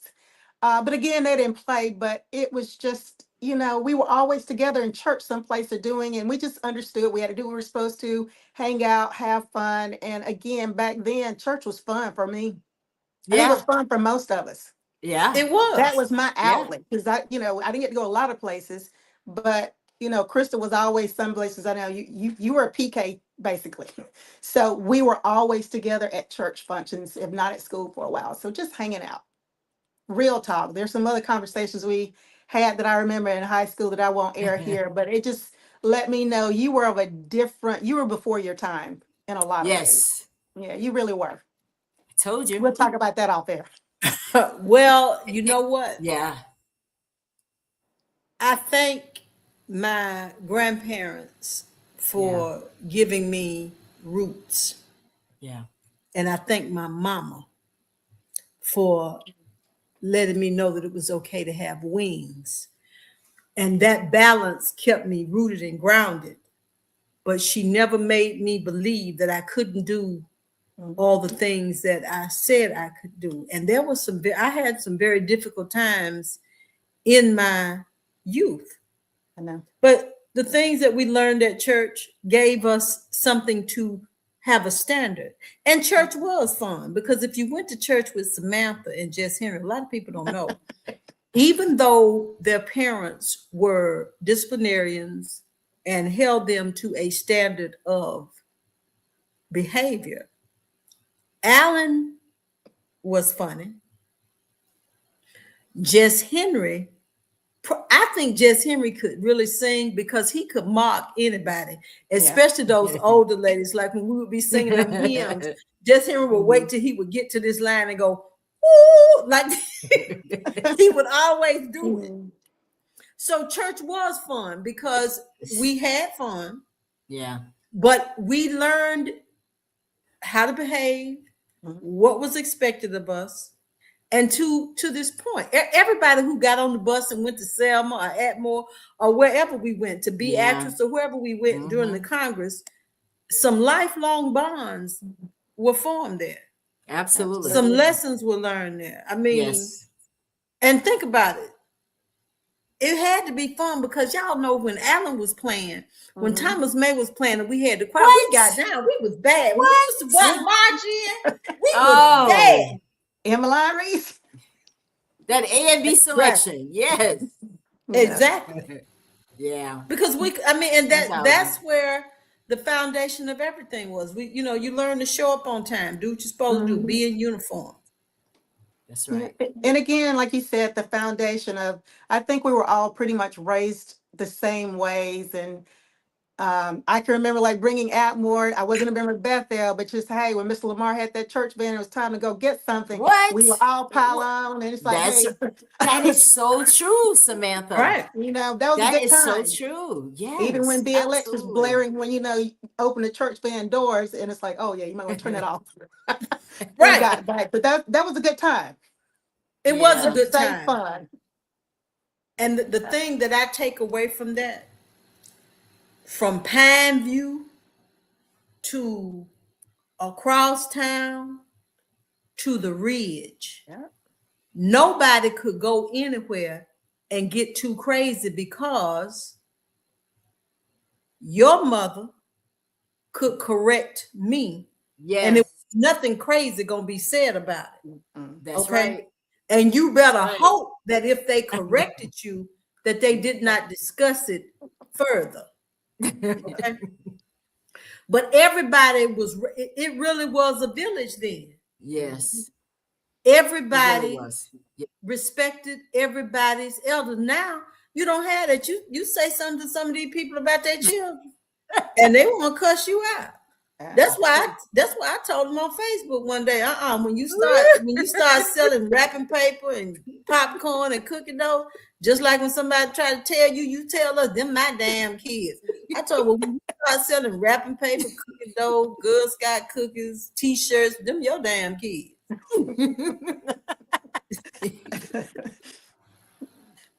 You follow what I'm saying? I had to tell somebody, for real. Somebody come selling here. I said, man, I said, when you want just tell us a few weeks ago, don't send them to your kid. Ma'am, I ain't got no children. My son is 36 years old. I was eating a piece of a sandwich. I got me a sandwich. I said, look here, I'm gonna show you something. Why them your damn kid? You see this sandwich I mean? When I get through eating this sandwich, I'm gonna be done fed my whole family. Them just like them was your damn kids 2 weeks ago when they were doing something they had no business. Whatever you selling, school supplies, erasers, pencil, Elmer's glue, a number 2 pencil, and a cornbread tablet. Them your damn kids. See, we couldn't do that. Right. No, those were definitely the times that we all, I mean, that's why this is so fun, this conversation, because we were definitely those kids. Kim said, do they still have choir anniversaries at these churches? back home? When the Kim, last time look, you been to man. a choir anniversary? Man, look. I don't care what nobody say. Bring back the choirs in the robes. I'm telling and the you. marching in. Marching in. What? Bring that back. I don't Yeah. understand this here. I went to a church. I knew something was going wrong years ago when I went to a church. Okay, everybody had on like a pair of black slacks. They had on different color shirt. Everybody got a microphone. They got 5 people up there. Everybody got a microphone. And they singing what I call them the pep rally song. Hallelujah. Love it. So I'm sitting there. I'm just looking. That's what was happening. Ma'am, if you don't have one of them deacons with that bird nest because he bald head up in here and he don't get down on the floor and got Yes. and you got to have one of them deacons that got on a blue suit with some white socks. If you do not have that and they pray like they trying to pray heaven down for real. Yeah. And you don't have none of them. See, these kids now, you go to church now, these people got a praise team, children walking all over the church. Miss Old Man Adams was an usher at Bethel, wasn't she? What, Kim, wasn't your mama usher at Bethel? I think so. Them was the church police. Yeah. You wasn't gonna be sitting up there walking, none of that. Chewing You gum, don't have the choir none of marching that. in no more. Yeah. You know, when we went to church, all you smelled was peppermint, butterscotch, fried chicken, and perfume. You don't hear none of that. They ain't singing no good song. But them choir anniversaries, everybody come up there, they have an A and B selection. Yes. Yes. Poor Allen get there. You got 20 choirs, you ain't got but 2 musicians. And Allen play for everybody. He did, but he knew how to just pick it up. I often wonder, how was he able to do that? Thomas May was the same. Yeah. God gave them that gift. That's a gift, because I took lessons and I play a little bit, but not like that, because I promise you, when they talking about somebody make an organ talk, Alan Malone and Thomas May could make a organ have an entire conversation. It's so true. They'll make you, if you can't sing, do not sing with them playing, because all they gonna remember was that boy show did play. I don't know what she was doing. If Alan and Thomas May was playing for you, baby, you better bring your A game when you open your mouth. Better. Yeah. But Miss I'm Lancaster was not good with too. them. Miss Lancaster Miss was who? good too. Oh, Lancaster. absolutely. Yeah, she was Absolutely. good too. But now you got 5 people set up there. All of them got a microphone. Ain't nobody saying nothing. John Malone everybody- Jr. says Dean Brown would say that's out of order. What is it? Order. Do you know who that is? Dean Brown? Reverend G.H., Reverend George Houston Brown. Right. Yeah. We And I definitely finally had got to ushers, Mobile, yeah. because remember, every time we would sing good, he would say he was going to load us up on a bus and take us to Mobile. Wow. Mm-hmm. It's just so good to have these conversations, guys, because this is who we are. And I just listen, the reason I started doing these shows is because I think it's so important for us to give you your flowers, Crystal. You have listen, Crystal and I talk together a lot. You guys see how she has me laughing here? It's the same when we're on the phone. Like from the time I get on the phone with this woman until we get off 3 hours later. So look, this is what I tell you. I might well tell you the truth. Yeah. I can't be anybody else but me. I tell people all the time, baby, look here, be who you are, because there's always some folks that know who you ain't. And everybody that's watching here tonight from Monroeville, they know who Crystal is. They also know who you ain't. So, when you go all these places, I tell people all the time, you be you. Nobody else can be you. And you don't have to put no airs on. Because you talk, I go around here and I sing. We had a gig in Atlanta. They had us up there at the Ritz-Carlton. I looked at that menu. I said, baby, I'm gonna tell y'all something. Ain't no way. I said, well, what time we gonna go eat? I know what time to sound check. Baby, they told me, they said, you can order room service. And I looked at the menu. It started with breakfast. 2 eggs, a fruit bowl of your berries of choice, and an English muffin or a bagel and some yogurt. And that sounded nice, you know. Could you try to expand your palate? You know, we all grew up eating oatmeal, grits, eggs, sausage, salmon patty, or sausage for breakfast. So I'm gonna be a little cosmopolitan. I'm gonna have me some English tea with lemon and honey. I'm gonna get me an English muffin, a fruit cup, and 2 poached eggs. Baby, when that said $35, that's when they found out I was from Monroeville. I said, what? $35. I said, look here, I can go to a store and take $35 and feed everybody in the band, everybody on the bus, the sound man, the makeup lady, the hair lady, everybody. Yeah. I said, $35 for 2 eggs, a cup of strawberries and blueberries, a muffin and some tea. In the Ritz-Carlton, I looked in my little duffel carry-on bag, popped the top on them Vienna sausage, drained the juice off of them, took some of them saltine crackers, got one of them waters off that bar. What? And one of them ginger ale or whatever that was on that bar. And ma'am, I'm tell you, so when I went to that sound check, I don't know how full nobody else got off of a $35 or $50 snack or whatever, but I was all right. And that girl said, I cannot believe, how did you sit up there and eat them Vienna sausages? I said, with my mouth. With my mouth. I said, baby, I don't care how far I get from home. I'm not giving nobody $35 for 2 eggs and a cup of berries. Right. Okay. Exactly. So I wasn't above doing that. And I know nobody else didn't eat no pottage meat and sow's meat. They didn't eat none of that growing up, but I did. Liver cheese. Liver cheese. Now I don't know that. What did that other thing? The hog head cheese. No, sauce is hog head cheese. You got hot and mild. Yeah. And then you got liver cheese, the little brown meat with the little white. Yeah. It wasn't my favorite, but it'll stop you from being hungry if you out in the wilderness somewhere and ain't got nothing there.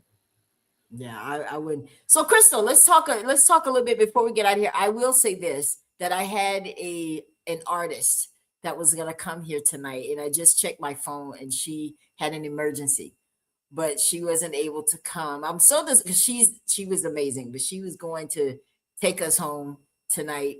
So I just wanted you to know that there were other people that wanted to be here, but they could not because of prior obligations. But Samantha, thank you.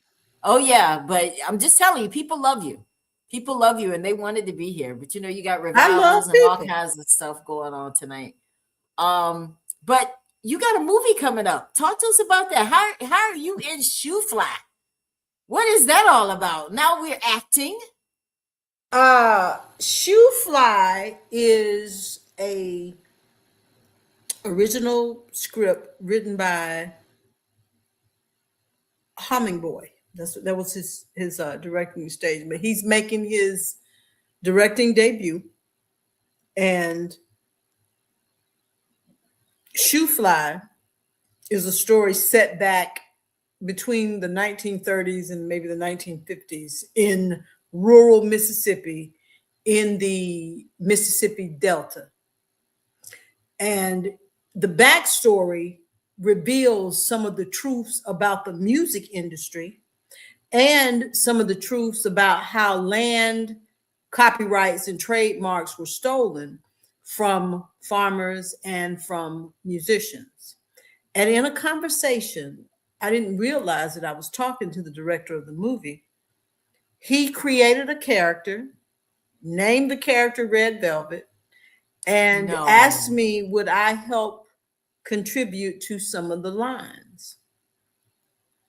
Because Red Velvet is a character in the movie who back in the 30s and 40s did not sign a recording contract. She did not sign her publishing. She did not sign over any of her music, and she actually owned some land. And one of the twists in the movie is that this big plantation that everybody's fighting about, she actually owns it. Nothing flashy. She's not, she didn't take a car. She didn't allow them to put her up or build a house, but she chose to be in control of her life, her career, and her destiny among all the male musicians who may have been more famous, but they were broke. So it talks about self-sufficiency, ownership of who you are, ownership of land. And there are a lot of funny, very funny lines in there. Very, very talented cast of actors and actresses who are making their debut. And a lot of gratitude is to a cognac company for providing some of the funding for this to be possible. Amen. I don't know where they are in the editing. I don't know what happens in the back room on the cutting floor, but it is in the works. It is wrapped up, and whenever they're ready, they're going to turn it loose. Unbelievable. Guys, listen, what don't you do? Like, did you guys know that not only is Crystal going to be in a movie, how many of you know that Crystal is also National Bar Association? You're on the bar. How did that happen? Where did that come from? Because everybody think you just sing, but I told you guys there are a lot of layers to this woman. Talk to us about how you got involved in that and your legal consulting. I am a registered nurse by profession. Yeah. Mm-hmm. And years ago, me being me, thinking about stuff different, I started seeing where all these lawyers were putting up these billboards. If you've been hurt in a wreck, if you've been injured, call us and we can get you the most money. And I started looking at that going, how they going to get somebody some money? You got to prove that the person was hurt. That's right. How you going to prove the person is hurt unless you go in the medical record? Okay. And I don't care if you Thurgood Marshall. A lawyer does not know what's in a medical record. And if he reads it, he still don't know what he's looking at. Exactly. And I know that a lot, especially our Black lawyers, I know they all got a frat brother that's a doctor. Well, guess what? Give a doctor 10,000 pages of medical records. He just dictate what he do after he go and say he ain't messing around with a medical record. So I started looking at how I could offer a service to attorneys to help them interpret what was in the medical records to either prove their claim or, if they were an insurance company, to defend the claim. It took years, but I built a clientele, became certified in it, and got kind of good at it, and was allowed to become a member of both the American Bar Association and the National Bar Association. And I'm very proud of the fact that I was chosen to be a part of the Diversity, Equity, and Inclusion Speakers Bureau of the American Bar Association and received the National Presidential Award for Excellence as a nurse consultant, because this is what I tell them. I've had many attorneys say, well, you go to a meeting, what can she tell us? She's just a nurse. What I do is I don't argue, because, lawyers get paid to argue. I just simply tell them, I can't do anything for you. You're right. You're a brilliant lawyer. You won't realize what I can do for you until you see me sitting on the other side of that table with your opponent. Your opponent is going to have a nurse on their team. You need the prudent nurse on yours. It got to where, by word of mouth, in 2020, right at the cusp of COVID, I got my first big law firm. I did a case for the Cochran firm. One of the lawyers from the Cochran firm out of Los Angeles sent me a case at 5:00 that evening, and they had to file their brief by 5:00 the next evening. I read it, went to bed at 8:00, got up about 3:30 or 4:00 that morning. And we never even discussed pay because we had mutual friends. I sent them the deliverables. they sent me the check back. The copy of that check is framed and hanging on my office wall. Once I cashed that check and looked at it, I could never go back. I knew then that this is what I need to do, because this is a whole lot different than running up and down a hospital floor, answering some call lights, supervising anybody, being an assistant director, all of that. Right. So I kept at it. People laughed. Nobody's going to hire you. And eventually I landed more law firms, got a chance to work with some of the top litigators in America, got a chance to meet Mr. Ben Crump and argue with him a little bit, and eventually started securing corporate clients. So now when I guess I was on the side of the ones that were suing them and they were winning, healthcare corporations now see the value in that. And I am very proud that my mother made me go to school, read, get my lesson. Miss Maggie Francis Malone taught you how to stand up straight, shake hands, look people in the eye, and how to act right. That's right. So that when you walk into these rooms, I am very proud to say that at this point now, I am a legal nurse consultant for one of the largest healthcare companies in America, and that my direct report is the chief legal officer or the general counsel for that company.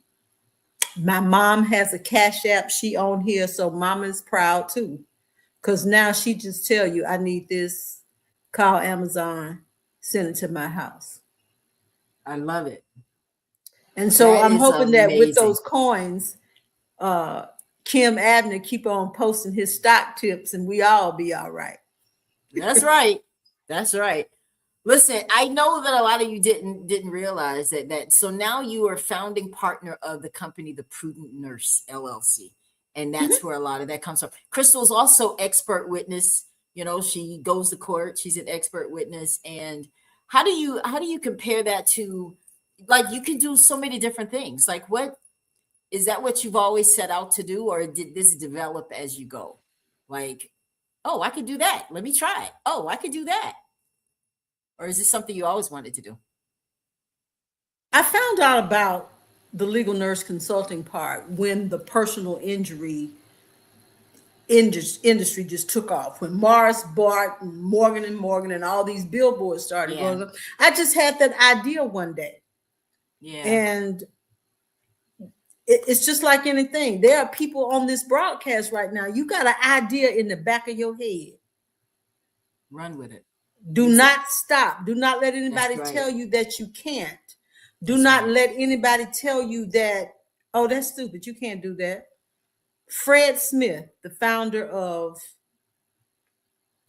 Federal Express, gave me my first corporate grant to do some social services work for the musicians up in Memphis. And I met Fred Smith because I was sitting in a restaurant telling a friend of mine about this idea that I had to do social services, financial literacy, and all of that. And she sat there and she said, that's the stupidest idea I ever heard. Well, by that time, the band was up there. One of the musicians asked me, would I come and sit in with the band? I sang, I sat down. This woman named Lori Tucker, she spells her name just like my grandmother. She said, I couldn't help but overhear what you were saying. Hi, my name's Lori Tucker. Here's my card. Now, when they take your information, that's one thing. But when they give you their information, that's another one. She was one of the vice presidents for Federal Express. She asked me to explain that concept to her. A couple of days later, I got an email telling me to meet her at this address. And when I looked up that address, it was the world headquarters of Federal Express. Fred Smith said that in 1970, he wrote his term paper for his business degree. He made a D on that term paper. And his professor told him that was the stupidest thing that he'd ever heard. That term paper was the business idea and the business model for what would become Federal Express. Wow. I stood right there in Federal Express corporate office, and he funded my first corporate big fundraiser. Okay. I would never have met Fred Smith and a whole lot of other people had I given up on any idea that I had. That's right. So whoever is listening, I don't care if you bake cakes, sell cookies, make meatballs. I don't care if you sell plates. I don't care if you whether you want a food truck or whether you want to be a financier, whatever it is, you can do it. Kim Abney from right there in Monroeville was on his way to becoming a real estate mogul. That's right. Right. It all started with an idea. So That's right. what makes me better than any of you? I got the same red mud between my toes that y'all got. Amen. That's right. James LaRon Knight is on here. His daddy told me this. He said, don't never let nobody stop you from doing what you want to do that ain't doing at least what you already doing. James LaRon Knight told me that. He said, how they gonna tell you what you can't do? They don't do that. How they gonna tell you can't make records? They don't sing. They ain't playing no piano. How they gonna tell you that you can't be a nurse and do this? They ain't being no. He said, if you gonna take some criticism from somebody, take it from somebody that's already doing what you're doing. He said, but ain't nobody in Monroe doing what you're doing. So you need to go somewhere and get around some people, even if you fail at it. That's don't right. never let nobody tell you what That's you right. can't do. That's right. Good advice.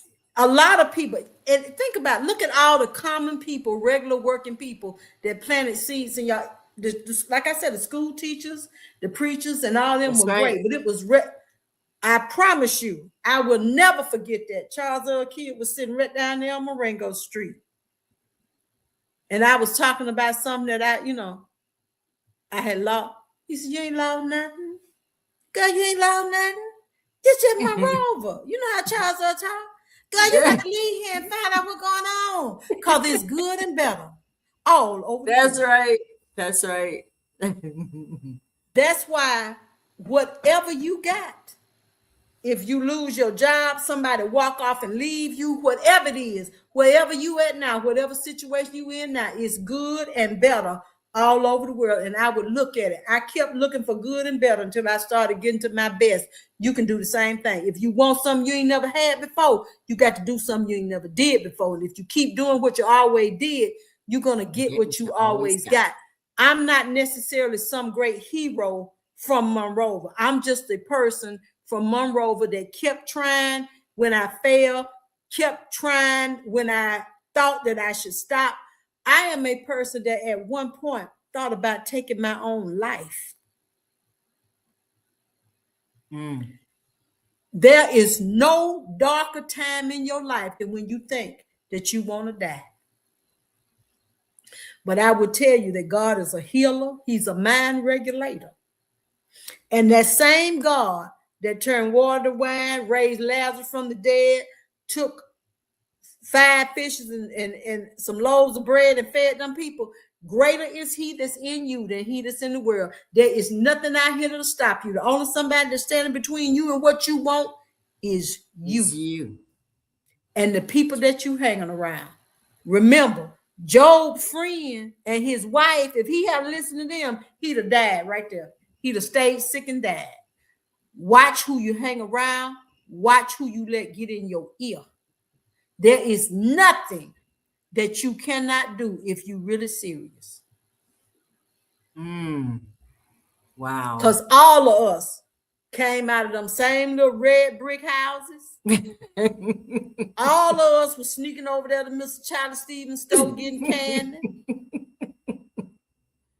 All of us done either been down there to the Flamingo Terrace, the barn, or somewhere. No different. That's right. I'm no different than you. That's right. I just refuse to give up. That's right. Amen. And if whatever kind of problem you had, I've had it. But the biggest hero in my life was my mama. My mother had me when she had barely turned 18 years old. I watched my mother go from packing a lunch and sewing in that dusty, dark Vanity Fair factory to obtaining 2 master's degrees from 2 universities in 2 different disciplines. And she did it with 4 children, one of them being me. Baby, please. I have no excuse. I can only hope to be the woman that my mother is. I can only hope to be the women that all of our mothers were. We got it easy. We got food processors, microwave, cars, the internet, and all that. Blenders, air fryers. Our mamas had a house full of children, no technology, no help, a full-time job, and all of that. And we made it. And none of us is any better than anybody who was a part of the village that raised us. That's how come people hear me talk about Miss Dahl Williams, Miss Bernice Chambers. Because when Bernice saw you doing something wrong, she wouldn't even be like the court, American court. She'd be like the courts overseas. You start telling her something, Bernice said, shut up, you lying. Right. Okay. Right then and there. Right then and there. Right. So you still have a few of those people that are there. Yeah. Whoever is on this, if it's something you want to know, ask somebody. Ask me. I'm on Facebook. I got a website. Find me. There are people that have made it. And this go for anybody, to any big shot that's listening. If you think you're a big shot, you done made it out, you got it going on, you ought to be able to reach back and help somebody else. That's right. I am glad to see all of y'all that's on the camera. I'm glad to see the people that's in the comments, because I'm seeing some names of people that I hadn't seen in years. And I wondered if the Phyllis Rankin on here is my neighbor that used to live in Rockwood. Oh, wow. Is that you, Phyllis? Let's see if she answers. I don't know what else you got to say, but I'm going to leave y'all with this. With God, all things are possible. If he can take me from Rockwood to Hollywood to making a movie, he can take you from where you are now to wherever you want to be. Amen. Let's see. Crystal, you have to keep us in the loop about the movie. I will. I guess I have to broadcast it. I sent a few press releases to the Monroe Journal, but for some reason they don't get published. That is why what you do, Ella, is so necessary. Very, very necessary. Because, you know, that's the Monroe Journal is the Monroe Journal. Oh, yeah, we already know about that. Yeah. Well, you know, it's an African proverb. As long as the hunter tells the story, it will never favor the lion. That's right. So we need journalists like you with shows like this to bring issues, to make us think, to make us talk, to make us get up and do something and change. Phyllis says yes. So that's the one. She's the one. Isn't that amazing? That is amazing, Crystal. You remember Rockwood. You lived there. That was. How am I going to forget Rockwood? I lived there. I used to live there. Let me tell you something. I still got in my Bible a paper food stamp. Now, how long it been since they started making them? Stop making them. I'm not sure. It's been a long time, I'm sure. I keep it there so that I can never forget. Because, I mean, when you sitting up there on them planes and they giving you a drink because you finna go somewhere and sing for some people that you don't know, that's good. That's great. Yeah. Tomorrow night, if it's going to be cold, they don't, you know, you got them people, they see that image. They see the furs, they see the jewelry, the makeup. But when I come back and read that Bible, I still got that $1 food stamp. That's to let me know you didn't do this by yourself, Crystal. Amen. Say that. You didn't do this by yourself. Yes. Everything that I got, God gave it to me. Yes. Everything that I am, my family, the community, all the people who helped me, whether I ate a sandwich at your house, got a cup of coffee, you kept me from doing something stupid. I owe a lot to Monroe. Now, Monroe was a trip. But it's the trip that made me. That's right. Say it. So I thank all of you, each and every one of you, your families, your mothers. Some of these mothers are here. Hey, Yolanda, I remember Gloria. Yolanda had an uncle named Chico. We used to call him Chico. And Chico would tell you, I'm going to do my thing, baby. You better do your thing. So it's little things like that. You think you got to do big things, but it's a lot of people that I see on here whose families, whose mothers, uncles, fathers, we come from a very nice, great village. It might not be much and grand and big buildings or a whole lot of money. But baby, it's people that have come from big cities. There are people who have walked the halls of Ivy League schools that do not have the ancestors, the cheerleaders, the discipline that we have had. That's right. That's right, Crystal. Say it. Absolutely. So what I want, the one thing I'm going to challenge each one of y'all to do. Okay. When you go back to Monroeville, if you have access to their phone number, their address, if it was somebody that really, really motivated you to do some things, tell them thank you. Yes. To everybody on here,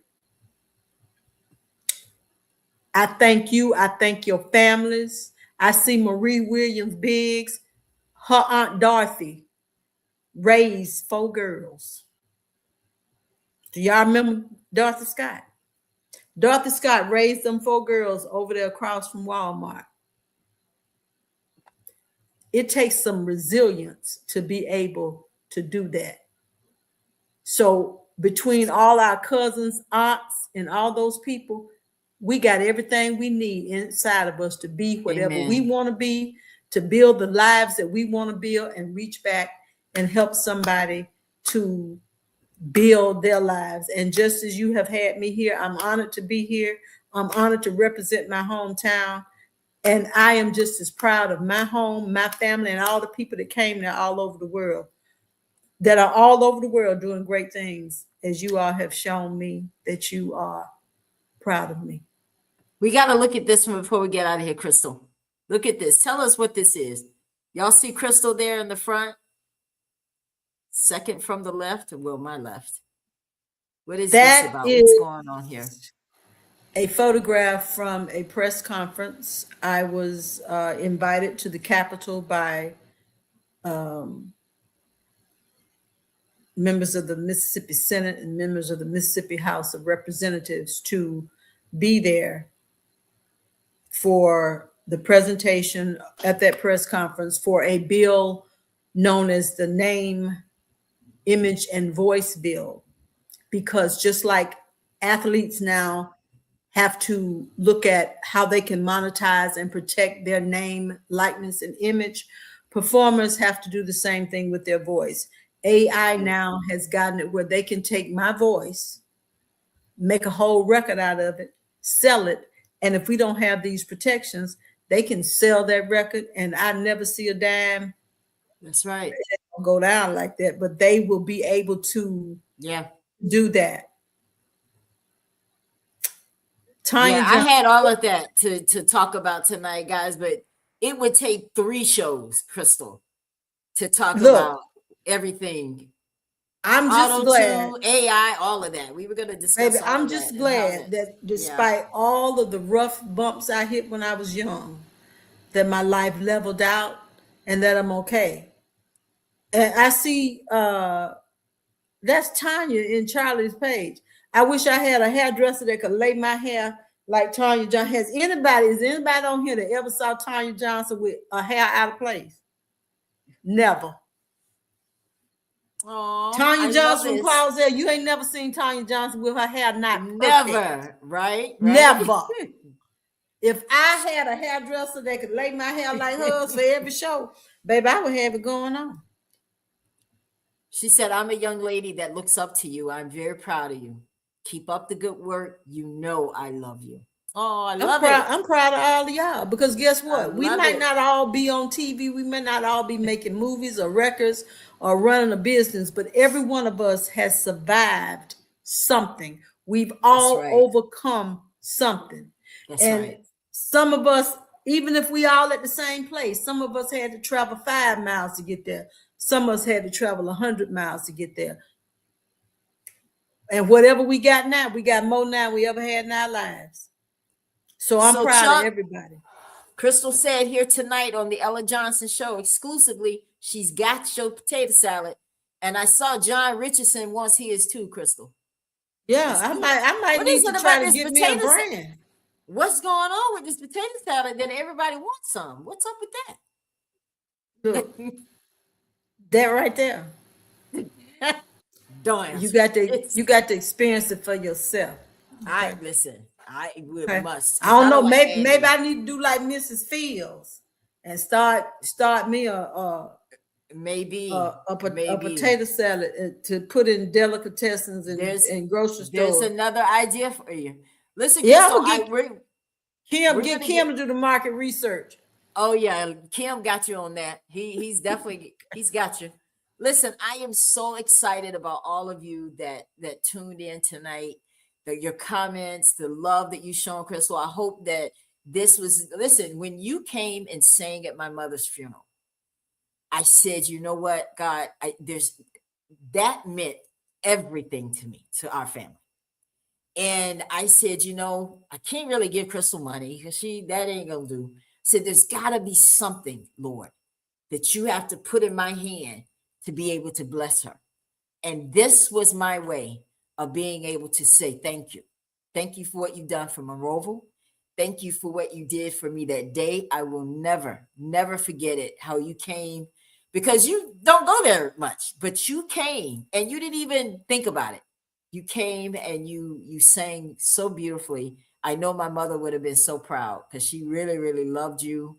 And for those of you that don't know, my sister is Crystal's cousin. I know. See, y'all didn't know that. That's another show. Yeah, she's watching and she said that she enjoyed. And now, Crystal, I'm gonna do something. And let's see here. What does this person say? Preparation met opportunities. You did not just sit around wishing, you prepared. God offered and you were able to embrace. So beautifully said. Thank you. Keep on praying, family Bonner. All right, enjoy you, ladies. Thank you so much, Crystal. I'm gonna ask you. That's another one of my neighbors that live next door. Live down there. Yeah, from really. Yeah.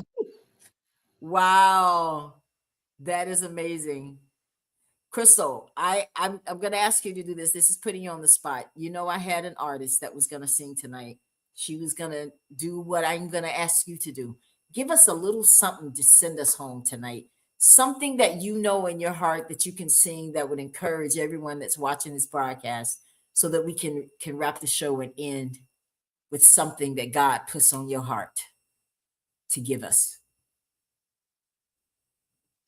They said I wouldn't make it. They said I wouldn't be here today.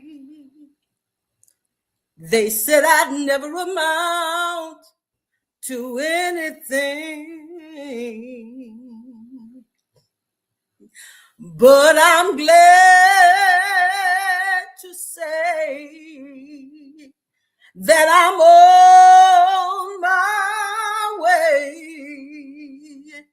and I'm growing more and more each day. There were many who started out with me, but they've all gone astray. But I'm still holding on to his hand.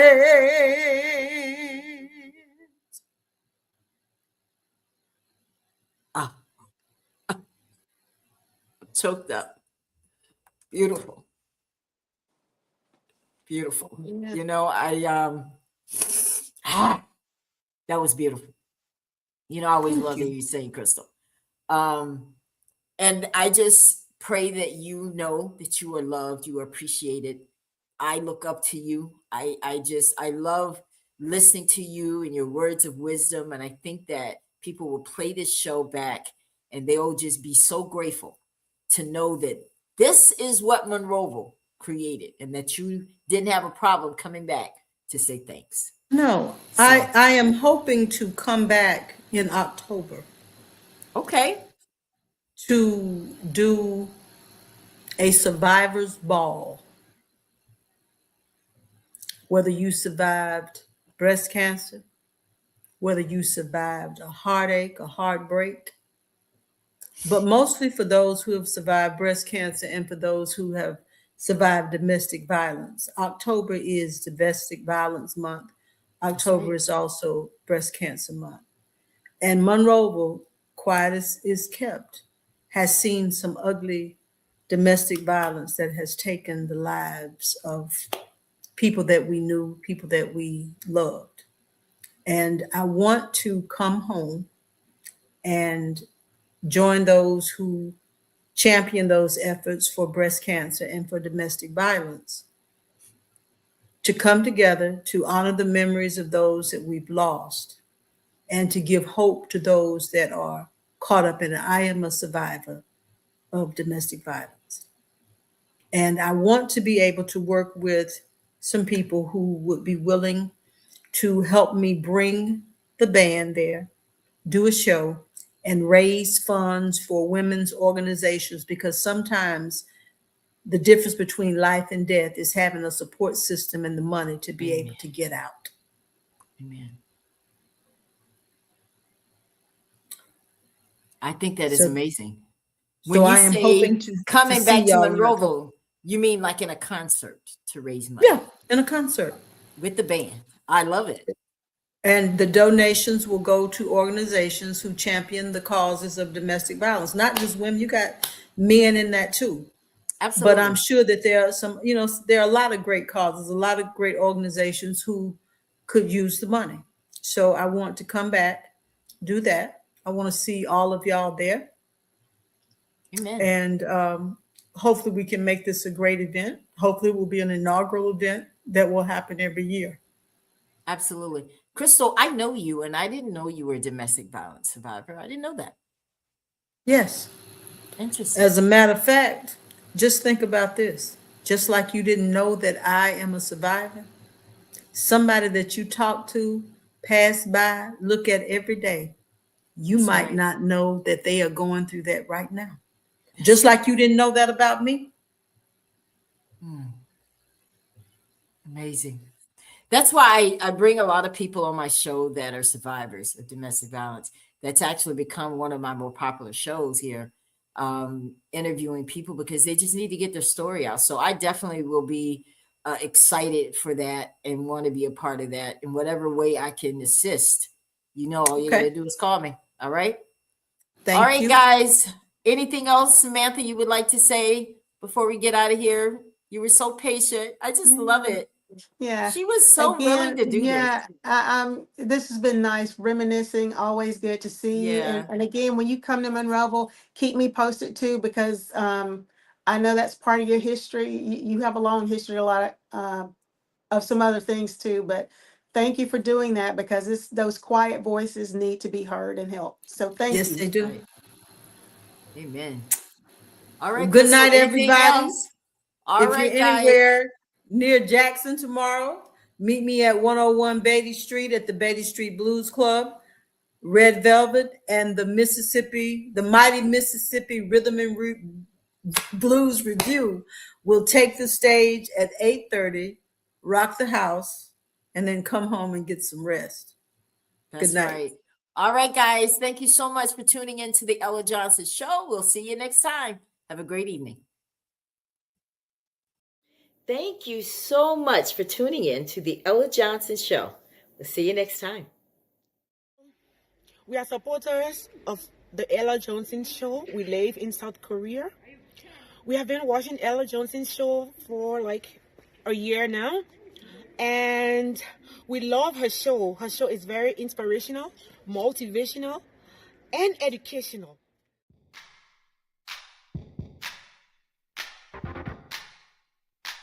If you would like to be a guest on the Ella Johnson Show, send an email to theellajohnsonshow@gmail.com or send a text message to 407-334-6997.